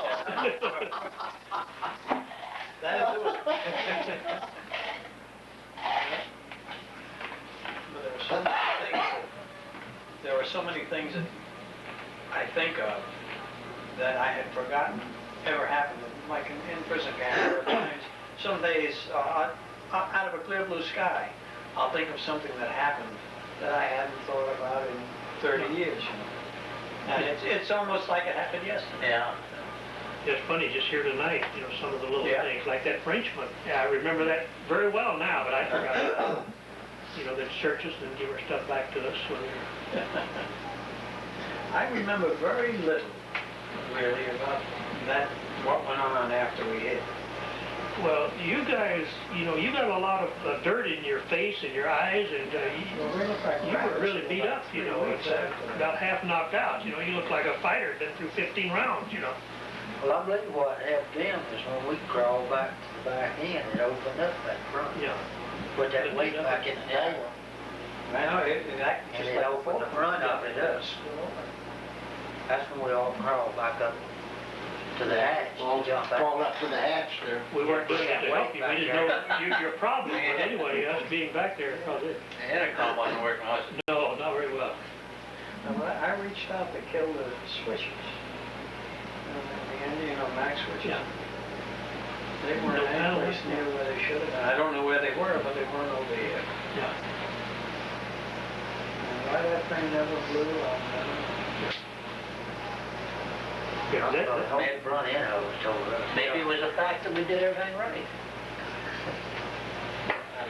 All I can say is we are here, gentlemen, talking about it. Somebody did something right. You'd had us jumped out, we'd have been dead. I'll tell you what, I've lived with that for 40-some years, whether I made the right mistake or not. I mean, whether I made the right decision or not. You got six of us right here now that ain't complaining. The thing is, you gotta make a decision. Right or wrong, you gotta make one, you gotta live with it. You gotta think what is right at the time. That's because you get all that big money up front, you know, that's... And as far as us, I think we're better off, you know, we wrote it down. You know, you never know what would happen because the Germans, that's for sure. if we'd been caught as one person, it depended on who caught you. A lot of them got killed. That's right. Yeah, it was a lot of them that killed that day. Those civilians that kept you alone, my boy, you Oh, was... they're the ones that hated you. Yeah, The you were military, dead. you didn't really, you know, worry too much That about. was a real problem with people bailing out and landing by themselves somewhere. Especially these little boogers with them double-barrel blunderbuss. Looks like the old... What's that gun doing? I thought it was an 8 gauge. Do you think it was an 8 gauge? I don't know what it was, but it looked like a cannon staring at me. They don't make them that big, Art. And he was very nervous the way he's waving it around. Yeah, it was probably a 12, but I agree with you guys. It was the biggest 12 It looked like a vintage 1870 or something like that. It was a double barrel. The thing, oh yeah. And he had his finger on the trigger, too. That's for sure. And then was curling. He was nervous. And I was nervous. Hey, that's scared, you know, that's scared. Yeah. That is scared. We don't speak German, and they don't speak English. Yeah. No spaghetti English. I knew what he meant when he held it off. Come on out, come on out. Hey, do you guys remember when we went to North Ireland? They were going to train us. We were supposed to be trained in combat. Aircraft recognition. Oh, combat maneuvers and all that jazz. We got to this base in North Ireland, and there was one aircraft available. And it must have been what, 15 or 20 crews there, or 30 crews there. So I said, we'll all go. It was St. Pat's Day, and I said, we'll all go to Ireland, to Belfast. Remember? So I went in and talked to the sergeant. I said, Sergeant, we can't get off of the base legally, but there's nothing we can do here. So it's St. Pat's Day. We're going into Ireland, into Belfast, and I'll call you in the morning. So we went into Belfast, stayed, what, 3 days? We checked every morning, and the third morning I called him back, and he said, Lieutenant, he said, you better get out here. The Inspector General just hit the base. So we go turn back like crazy mad, and the captain called us in that next morning, remember, we reported. And he said, gentlemen, he said, we're just about ready to send you back to the States in disgrace. And I looked at the guys just to say, well, you dumb nitty. Sending us back to the States would be beautiful. Let's go. Where I signed. Yeah. So he said, but instead of doing that, we're going to send you on your combat crew designation without training you in combat. Well, when we get to our combat crew designation, they called me in, they said, no, we're going to take your crew up, we're going to fly you with another crew to show you what it's like, and then you go back to your crew and take them up the next day and explain to them what you did, so on and so forth. So I said, that's fine. So the next morning we report as a crew, and they said, your airplane is such and such and such and such, Lieutenant. I said, who am I flying with? He said, with your crew. I said, don't I get a shot at anything? He said, no, this is it. We don't have time to train you or anything else. Get in the airplane and follow the guy ahead of you. That was our training. That was our training. No way, you know. And that wasn't an easy mission either. Yeah, Brunswick. Yeah, that was a rough one. And the mid-air collisions. Oh, jeez. Yeah, I remember that Brunswick mission, you know, we just got over the Zyder Z and that barge that they had out there with a couple guns on it. I saw a burst of flak come up over there about a mile and another one over here about a mile. Oh man, those guys can't shoot at all. This is going to be easy. And I pulled up one of those boxes of ammunition and sat down. Boy, about that time, I realized what they were doing. They were getting their altitude and their range. Airplanes started tumbling out of the sky. I kicked those boxes of ammunition away, and I didn't sit down on any other mission. Hey, they were good, weren't they?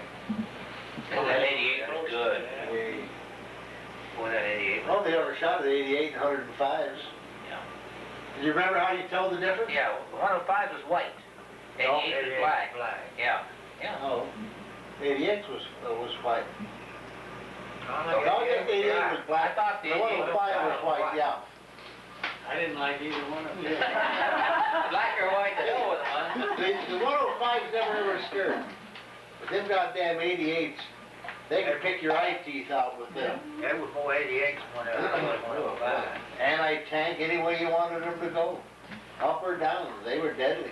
But you know, that day that we went to Berlin, or headed to Berlin, you know, they did pretty much what you said the Japanese did. Just before we got to Berlin, there was just a wall of flak there in front of us. It just solid black, you know, they were just throwing that up there for us to run through. You know, one of the guys in our room was the lead aircraft that day, and he made 40. Yeah. He made it to Berlin, and we got back over near Holland, someplace, Belgium or Holland, and they had to leave the airplane, and he got back to Saigon with us. But he says, you talk about taxiing on top of flak, he said, that was the day you could I believe it. I mentioned to Tammy earlier today, but on Memorial Day, I went up to Fresno, California and visited a cousin of mine. And he said, hey, there's a nice Air Force museum up north of here, so we went up there. And we saw a lot of the airplanes, and then we went in the building and looked at some of the stuff there. And I saw one of these silk escape maps. Beautiful thing. I didn't realize how beautiful they were. Oh, they nice were. silk, And all the that big color, strip, everything. and all the detail on them. Man, it's beautiful. And these guys is with me said, where was you shot down? And I pointed out the place where it was shot down. And some guy next to us, I saw his ear perk up. And he'd been talking to us before. He worked there. And he came over and says, what mission were you shot down? And I told him April the 29th of 44. He says, me too. He was shot down on that same mission. And his airplane, they were not taken prisoner. They made it all the way back to the to go into England. You know, they made it back to the ocean. And they only had 2 engines. And the pilot says, hey, I'm not going to trust it. So he turned around and he set her down in France. And the resistance, French resistance picked them up. And they lived with them until the invasion. Well, he's armed. It was so surprised to run into him and just him overhearing my conversation, You know, guys like that in the VA hospital drive you nuts. They come in claiming they were prisoners of war, and they can't prove it. Well, we was here in such. Yeah. You've got to give us proof. Now this is to the hospital. And now every hospital, regional office, everything, has got every veteran in the United States on computer that they touch. They can tell you everything about it. Hey, if it isn't on there, no way who's it. That's it. They're treated just like any other veteran. The benefits that Congress has passed with the POW, they don't get. It's all signed and everything now, signed within the last month. 3 more presumptive diseases. The dental care time element from 181 days down to 90 days now. This takes all the people in the Battle of the Bulge 4.5 months. The radiation bill for the ones atomic, that was signed. They've still got arguments, I think, going on Agent Orange. That one's never going to be resolved to any satisfaction. But there's also a bill, either in Congress or coming up, that all of the Americans that were interned by the Russians during World War will be designated as ex-prisoners of war. Because they were treated so shabbily by the Russians, they would have been better off in the Japanese hands. I have one of them in Omaha. His name is Merle Heyman. But there's an actual bill up. Just the ones that was in Russian hands. Those was in Switzerland or Spain? No. Nothing. Nothing. No. They were internees, fine. These people, they're trying to get them, because of the treatment by the Russians, to declare them as ex-prisoners of war, so they get all the benefits. We couldn't have gotten into Sweden. You remember when we went on this 6-engine bomber school, I called you back and said, Peter, do something with these engines so we can get into Switzerland? Down there, I remember, boy, just remember that? He was direct order, and he disobeyed me. Go to Switzerland. You blew it, Ed. We could have spent a nice, cozy war. That's right. Eating all that chocolate. On our second mission, you could look down and see Sweden over to the left of it. There was a crew in the 392nd back in the fall of '43, in the latter part of November or December, that did that. They got shot up and they got into Switzerland. They got repatriated and were returned to the 392nd, which I'd never heard of before. That's right. And when they came back, they had 5 more missions to do than when they got shot down. Yeah, I didn't know they let any of them. I didn't either. I didn't know. I was under the impression they couldn't go back into combat in that theater. Well, if you evade, you can. But they were from Switzerland. I'll be darned. And but they were shot down under Hager. Yeah. And when they came back in, Doolittle was in command of 8th Air Force, and he had increased from 25 to 30. Oh, the missions. Oh, yeah. Yeah. I were Hager again. Yeah.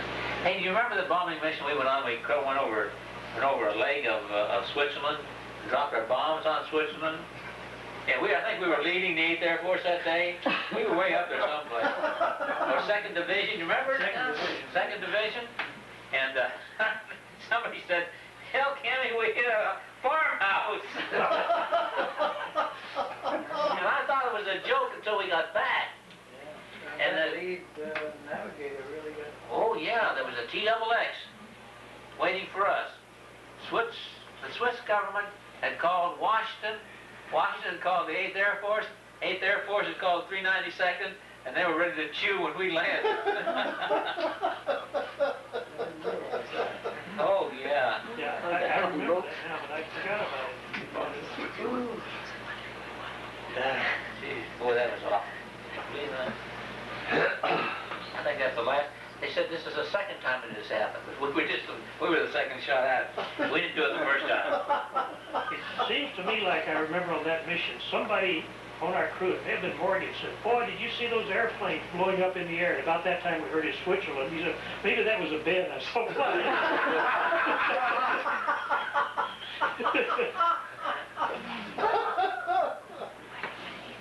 Did I send all you guys a copy of that intelligence report on 17B? I got one. Yeah. I can send you one, Ed? I think I have it. How about you, Archie? Hey, how were you guys treated? How were you guys treated? According to that report, that was the roughest camp of all of them. Well, for the most part, we had no physical violence. Now, there were 2 people killed. One of them was at the lazaret. He was out of his head. Another one, he was also goofy. He hit the wire at the camp. They did shoot him. They killed him deader than hell. Then they left him lay there over about a 24-hour period, something like that, as a warning to us not to hit the warning wire and whatnot. He was past the warning wire heading for the fence when they got him. They hit him with machine gun fire from the tower. But their biggest deal with us was the harassment, like running us out in the rainstorms and everything for roll call and ousted. We never got rousted out like that. Oh, of course, we were in the probably the best camp in Germany. That's Stahl. That's Sagan. It was a good one? Oh, it was a beautiful camp, yeah. It was Herman Goring's pet camp. And it was new, and of course it was cold. Yeah. You know, in the winter. Any colder. Yeah. No, that's right. But did you get anything burned? Charcoal briquettes. Briquettes was not enough really to stay warm. We never got that. What we got, we started tearing the building. We did that. We did that in Nuremberg. I've got some pictures of nothing but the frame standing there. Well, we had these little tent burners. I guess everybody must have had. Somebody escaped from one camp, went to another camp, told them how to build these, then went to another camp, said build these, build these, build these. Somebody had, because everybody had the same damn thing. Hey, here's one of the best tinsmiths in our barracks. Yeah? He used to make us all stoves and cook on them and everything else. We had ovens in them. Oh, yeah. All out of sea ration cans. You know, I remember one story talking about the prison camps. The guards, you know, we always gave them a rough time when they'd come in and try to get us to go out of the barracks. You know, we would go and we'd argue with them, and they'd finally get us all out, you know, for roll call. You and guys know how they would line you up, you know, 5 deep, so you're easy to count. Five right here. And so this one time, the guards came in the day before and said they had some big shot coming in that's going to review the camp, and they were just pleading with us to be good the next day and get out. Just begging us to. And the next morning, they came in, and it surprised me. Everything I remember the snow was about that deep. It was cold out there and snowing. And the guards came in, and it really surprised me. Everything went so smooth. Everybody got out of bunks. Everybody went out, and they stood in line pretty good. And here this German came. He was the general, and he had 2 bodyguards with him, and they had machine guns over their arm, you know, walking with him. And he looked a typical Hollywood German general, you know, with a big overcoat brought up here and a button, you know, like riding a motorcycle. Oh, yeah. And he looked mean as hell. He looked mean. And they got us all to attention, and everybody was standing at attention, and he reviewed one group, and he walked down in the line that I was in. I was about 2nd row back. And he looked at us, and he turned his head the other way, and there's 2 bodyguards that right there stepped with him, and I saw a guy about 3 people down from me reach down and get a big snowball. Started wadding that thing and packing it. And just a cold chill. I just froze. I knew what was going to happen. And he threw that snowball, and he hit that guy right in the back of the head. His hat went down like this, and he almost fell forward in the snow. Those 2 guards whirled around with that machine gun, and he whirled around, and his face was just blood red. And I just knew he was going to say, shoot them all, you know. And when he's looking at you like that, I thought he was looking at me. Every guy beside him, he thought the same thing, but I thought he was looking at me. And he stood there for a couple of seconds, and those guards were just waiting to say, open up. And a big smile came on his face, oh, you Americans, and turned and walked on. That was the scariest I ever was in my life, I think. It was worse than flying missions. Well, you know, when we're flying and the spiders were coming in from the front, I swore every one of them was pointing. Yeah, that's why I felt in that line. I tried to get up under that hat. Yeah. I mean, they had George written on their bullets. In big letters, here he is. I used to sit there and wonder whether I would see the glass shatter before that 20 millimeter went through my chest. Yeah, I say, I wonder if I want to see that. Isn't that dumb? You're deader in hell anyway. You know, Jack was telling a story earlier about the diarrhea that he had. Oh, yeah. I remember when we went on the forced march, you know, when the Germans came in and we were on that forced march for 30 days, I really had the diarrhea bad, and a lot of people did. And we had some doctors with us, and they said, well, eat charcoal. So what we'd do is find a building is burnt out, or where somebody camped alongside the road and there's wood there, we'd get that charcoal, and we'd eat that charcoal, you know, to cure the diarrhea. And what you had to do, you know, is long lines marching. And if you stopped beside the road and the line went on, you knew the German guards was going to shoot you. So you'd walk real fast and get up the front of the line. And then get over the side of the road and try to be through by the time you get back in. And I remember that we came over a hill and looked way down in the most beautiful valley that I've ever seen. It was green and lush, and there was a stream running down through there, and there was a tall white building there. And this building must have been about 6 floors high. And the guards stopped us outside this building, and they went there and they negotiated with the people that owned this building or was operating. I guess it's a mill or something, because it's one of these old wheels, you know, the water runs over it. And the building had just been freshly painted white. And they came back and said they had permission for us to sleep in the upper 2 floors of that night. And it was raining and it was cold. So that night, they marched us into this building, and we went up to these upper 2 floors, and I was on the 2nd floor, and as I say, I had this diarrhea. And guys were just laying in there like that. They were just thick on the upper 2 floors, and a pain hit me in the middle of the night. I had to go bad. So I woke up some of the guys camped around me, and I said, hey, is there a toilet around here somewhere? They said, yeah, there's one over the middle of the building. And I crawled over people, and they were complaining that I was kicking them, and I got there, and there was a line there, I bet 20 people. All of them had the same problem I did. And I knew I couldn't wait. So I said, hey, is there another place? And they said, on the floor up above, there's one. So up there, I got up there, and there was just as long a line. I talked to the guy in front of him, and I said, hey, can I get in front of you? He said, no, I can't wait any longer. He said, but there's some windows over there that guys are using. So I went over there, and the line was short. There's only about 5 people in front of each one of these windows. And boy, I just made it to the window. I've been eating charcoal, you know, for 5 days. And I got through, and I started back down to where I was sleeping, and I hadn't even got to the stairs, and another pain hit me. And I knew that, well, no reason to get in the line, so I just went back to the window. I got behind the window. And the timing was just about right for the rest of that night. If I just get in line again.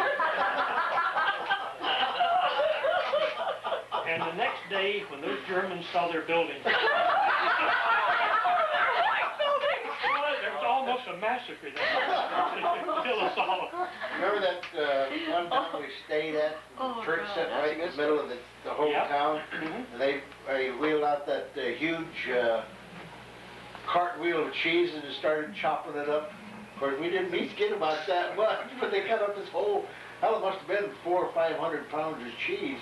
You know, when you spread it out 3,000 or 4,000 people, it don't go very far. That's also the place that we were stealing some firewood to build a fire, and they called in the Gestapo, or the SS. SS came there, and they You remember old Woodrow Johnson? I don't remember the name. Well, he was I think he was a defrocked preacher, but he was from Cape Girardeau, Missouri, I think is where he was. Cape Girardeau. Somewhere in that vicinity.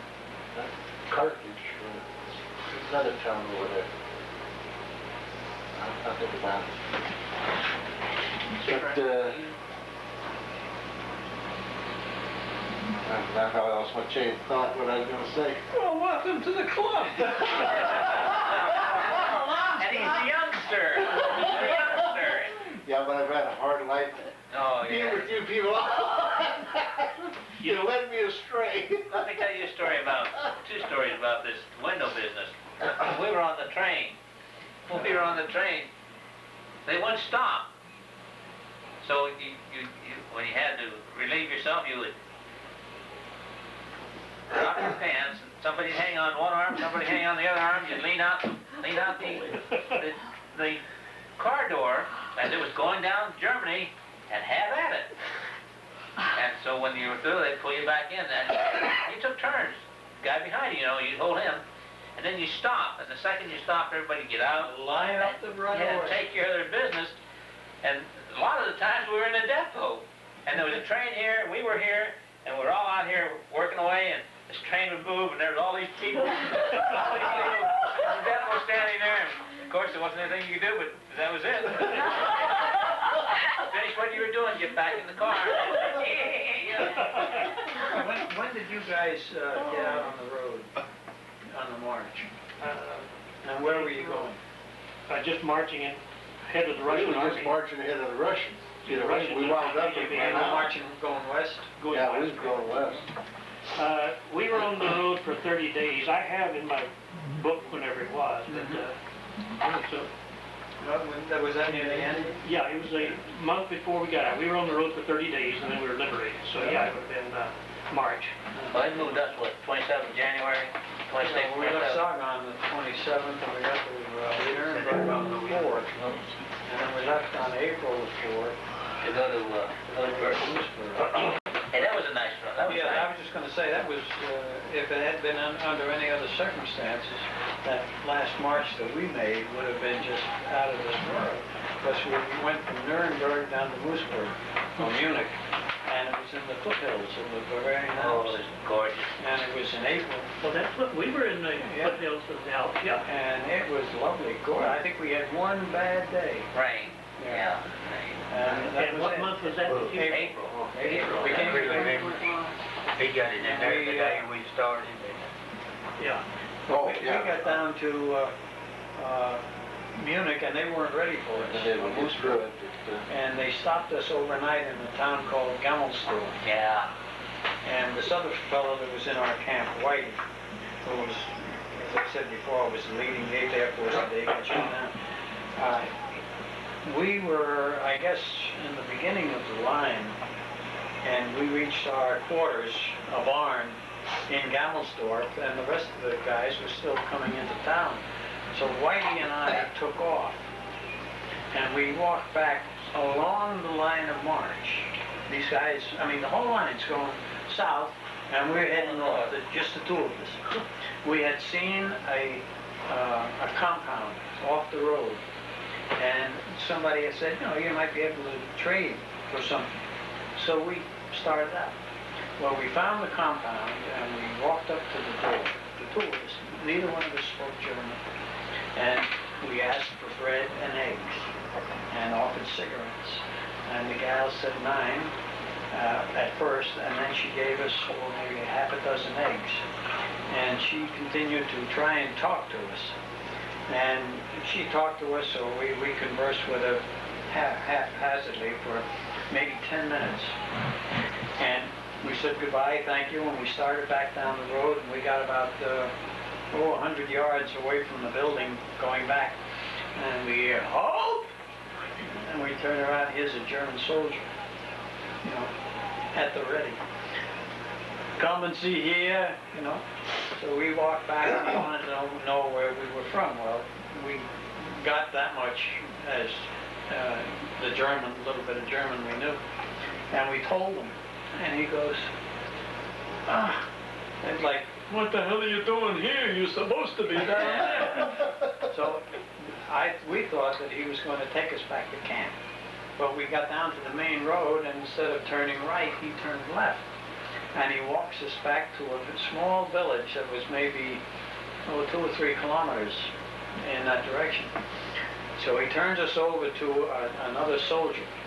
Only this time it was a higher rank. And this guy... You still have your eggs? Yeah, we still have and we had one of these green GI jackets, Yeah. and had a slit in the lining. We had the eggs in the back. So anyway, this guy says, you stay here, and we'll take you back to your camp later. Okay, so we're thinking, well, gee, how many people have they got, that's been wandering around? So pretty soon here comes another guy, And from this direction comes another. So it turns out there's about 4 or 5 of us, but only the 2 of us, Whitey and I, are heading back to our camp. So we stand there, and one of the guys had been there before. And he walks over and he says to us in a very conversational tone of voice, you know, if you work your points right, just around the corner there's a bakery, and they'll trade. So thank you, you know. So Whitey goes out and walks down, and the guy says, where's he going? And I say, I had to go to the bathroom. Ah, yeah. So Whitey comes back, he's got a loaf white bread, you know, not the black bread, white. Oh my. He's got it inside his jacket, and he says, you know, and he says, 4 cigarettes, you know. I went out. And the price has gone up to 8 cigarettes. I get my 8 and I get the bread. So we come back, and maybe a half hour later, the new German soldier comes in, but this time it's a Luftwaffe. And he's about 90 years old. He's got a rifle. So he's come, and then we start walking back. Well, Whitey and I stayed in front of him. And pretty soon, he had to go to the John. Halt! He points over to the woods, wants us to stay. So he doesn't know what to do with his rifle, so I put my hands on it. He looked at me, he says, nah. He went to the John and came back on the road. We walked along for maybe 30 feet, 40 feet, and he starts to giggle. And he, as I say, he wasn't 90, but he was probably in his 60s or 70s. He starts to giggle. You mean about our age now? Yeah. An old man, huh? Yeah. Right. I said, "Post, was ist los?" And he giggled, threw his head back, and he picks up his gun, goes to port arms, opens the breech, and says, "No, I've got a shell one." So we keep walking down, and we pass GIs, I mean German GIs, going back and forth. And along comes this gal, a German, she's in uniform, on a bicycle. So he knows her and she knows him, so she gets off and they walk along together talking. And we came to a hill which both Whitey and I recognized as being just north of or south of Gemmelsdorf. We knew Gemmelsdorf was just over the hill. So we noticed also that the guard had been dropping back further and further. So when we started up the hill, he was maybe 100 yards behind us. So we increased our pace and got up to the top of the hill when he was starting at the bottom. And we crossed the crest and we were gone. We wound up in the barn back with our troops again. We never did see the guy. Don't know whether he got caught in trouble or anything else. And you would care less. But it was the most ridiculous thing, you know, in the whole stupid cotton picking war. Here we were, 2 guys, didn't speak the language, in GI uniform. I mean, we still had our GIs walking along just like we owned the whole cotton picking countryside. It was ridiculous. You know, I think that was one thing about the German people. If you just did something right in plain sight, just kept going, they, well, hell with it. It wasn't that, none of my business. No. They just turned them back and away you go. But that, I thought when we saw that German soldier with that gun, that we'd fought the farm. Not that he would kill us or anything, but, you know, we'd lose the troops. But that didn't fade. You know, in our forced march, one time we stopped at a farmhouse, and they had us camped on the opposite side of the road of this farmhouse. And the water supply, they had a well over there, and then let 4 or 5 people at a time. The guards would take them up there, you know, and then they let 4 people go and get water, and then bring them back in the next 4.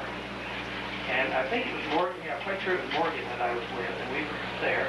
And here come an old hen, cluck, cluck, cluck, cluck, cluck, right in front of us. And, you know, we'd been half starved on that march.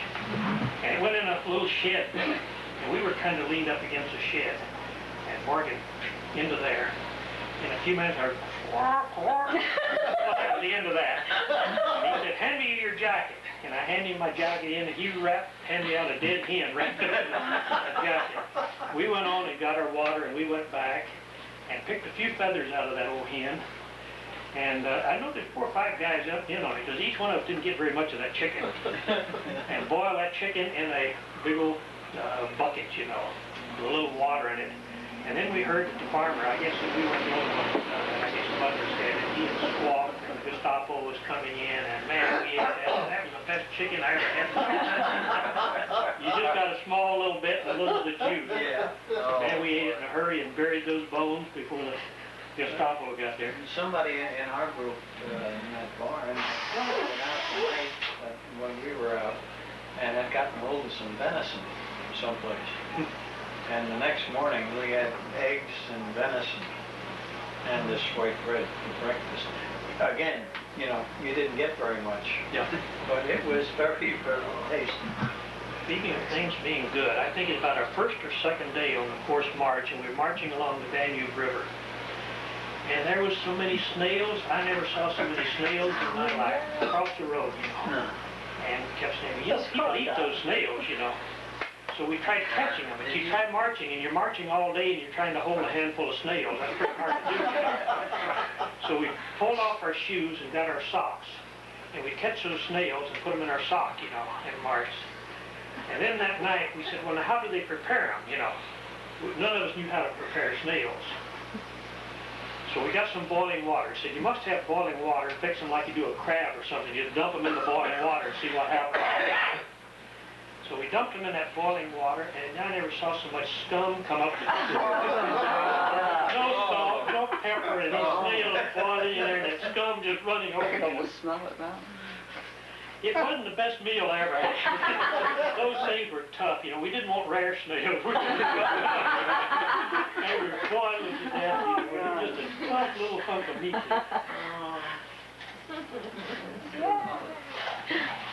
You know what surprised me also in that in our group, not one of our guys really got sick or had a tooth problem. I had to go to the dentist or anything like that.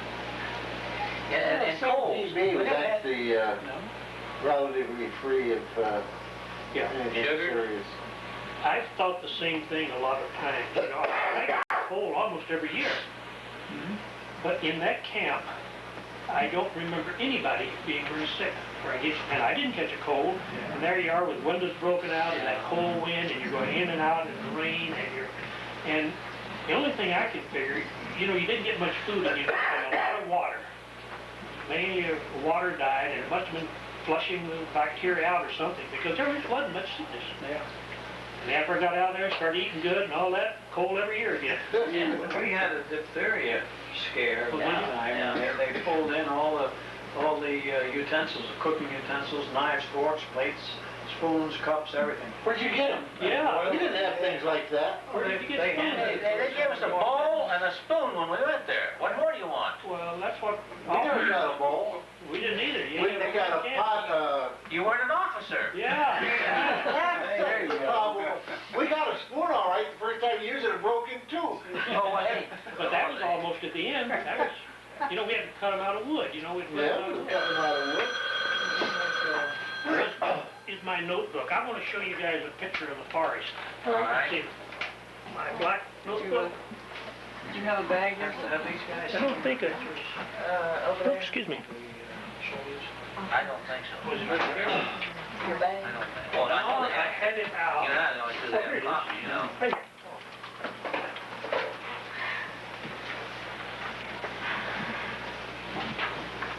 Oh, yeah, we had a pretty good week. Hey, we had hot showers 3 times a week. Hot showers 3 times a whole week. year. They marched cold when Wasn't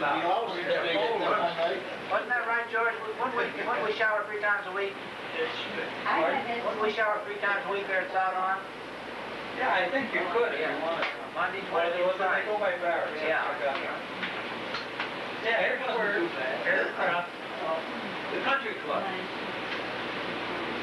62 went down. Right there where 62 went down. And you see the trees? Now this freeway was not in there at that time. But you see the fields and all the trees. And to me, if aircraft, that's number 62 we saw burning in the field. And I figured we must have been right about in there. Because the hot current gunner, if you read that right out. Yeah. That's where he was picked up. He did. That's where one of the other members of that group picked up. Here, the graveyard for those 5 guys for 62 persons. I'll be darned. So then you figure that we landed someplace right in here?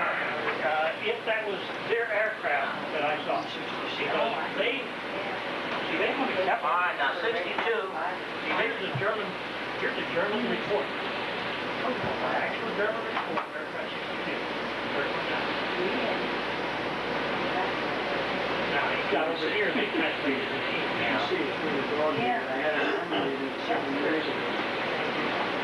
Here, another part of the report. Want to get us. These are pictures that one of the guys took to the clandestine.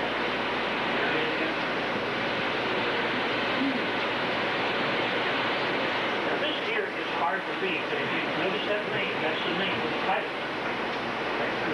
Let's see, Office. See, there's his name. Now the guy that came to visit me, his copy was a little clearer. He ran me a copy. It mentions about it being burned beyond recognition. This is actually German report. well, when that thing blew up, then they still contained the bodies, though. Yeah, the bodies are still in. No, that's fine. See, that's a little write-up that I made. Yeah.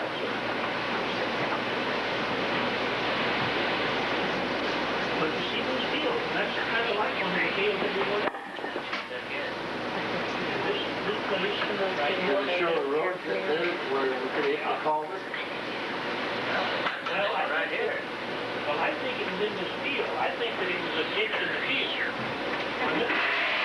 Yeah, it's a ditch in the field. So the road, if you remember, we walked away. We went across the road. We hit a culvert alongside the road. Because I know that there's a road up in front of us because the Germans came down that road, the civilians, out to the field where we was. We were sitting there, the road was on our left. There's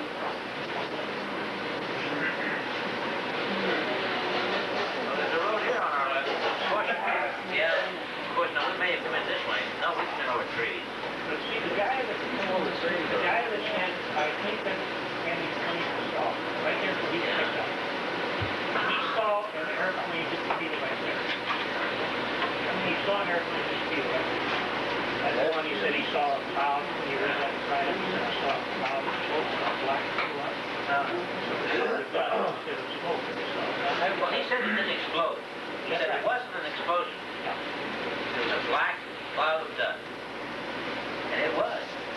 Well, you know, in my solid street, Yeah. I've got a picture on the inside that I cut out of the paper. Yeah. That's B-24 up on the snow.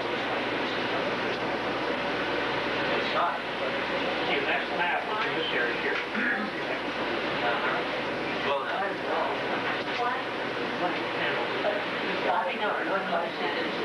We were north of Hanover then. That was us. Now this guy's going to take it. We had what we call cardboard. George, do you remember when we turning on our initial road?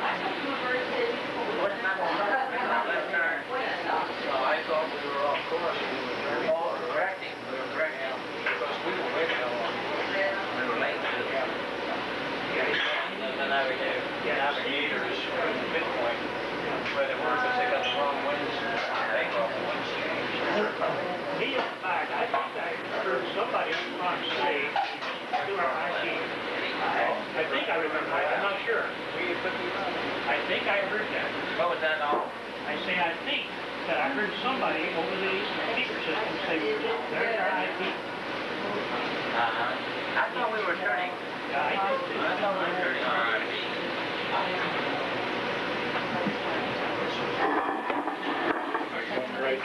We need to get up right here. Yeah, you know.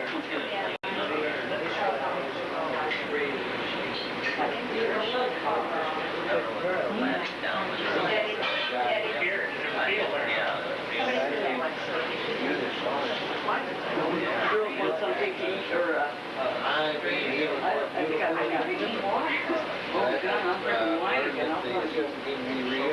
Right, he is from California now. There are 5 guys. He's not fat, but he's not skinny.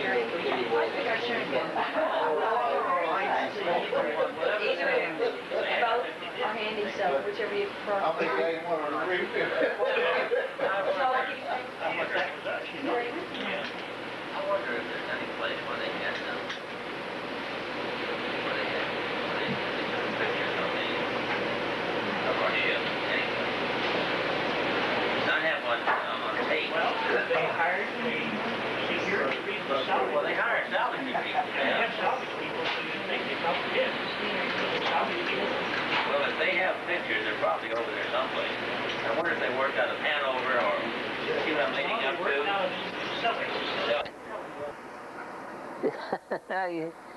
Now you're on. Okay. This is Friday afternoon, after all of you have left, and Gene and Ed are here with us. We've just finished a lunch, eating up some of the leftovers, and as I promised some of you the other night, or last night, here is the gist of what I said. Just a few notes. What a fine thing this has been. What a bunch of remembrances, and what a bunch of afterthoughts. And what an awakening of old problems and stuff. Ed summed up my feelings the other night when he said, this is one of the finest things that has happened to me. And to me too, Ed. The word love, to my belief, has been pounded about until it has lost its real meaning.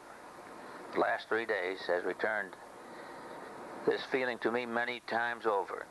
When I first saw Ollie, and knew right away that it was Ollie after 44 years.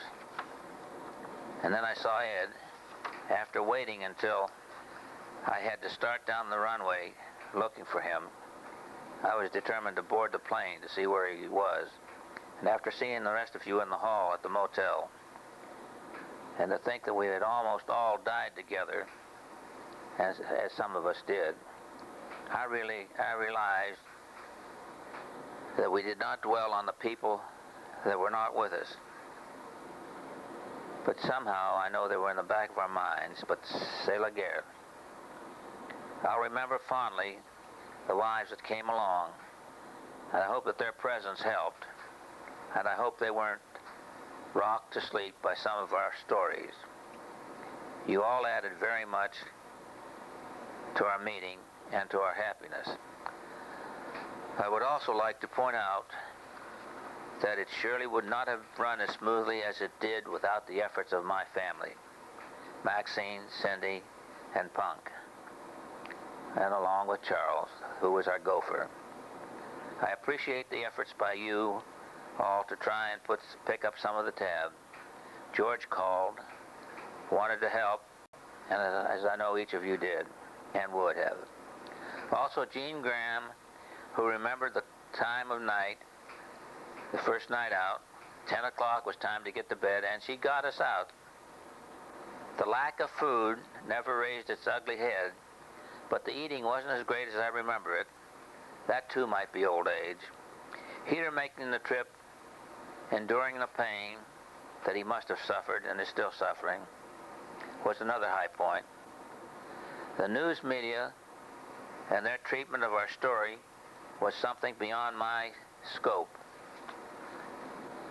As far as we got, this has been one of the highlights of my life. It has to be something I shall never forget. May you be blessed wherever each and every one of you go. Until next time. Thank you.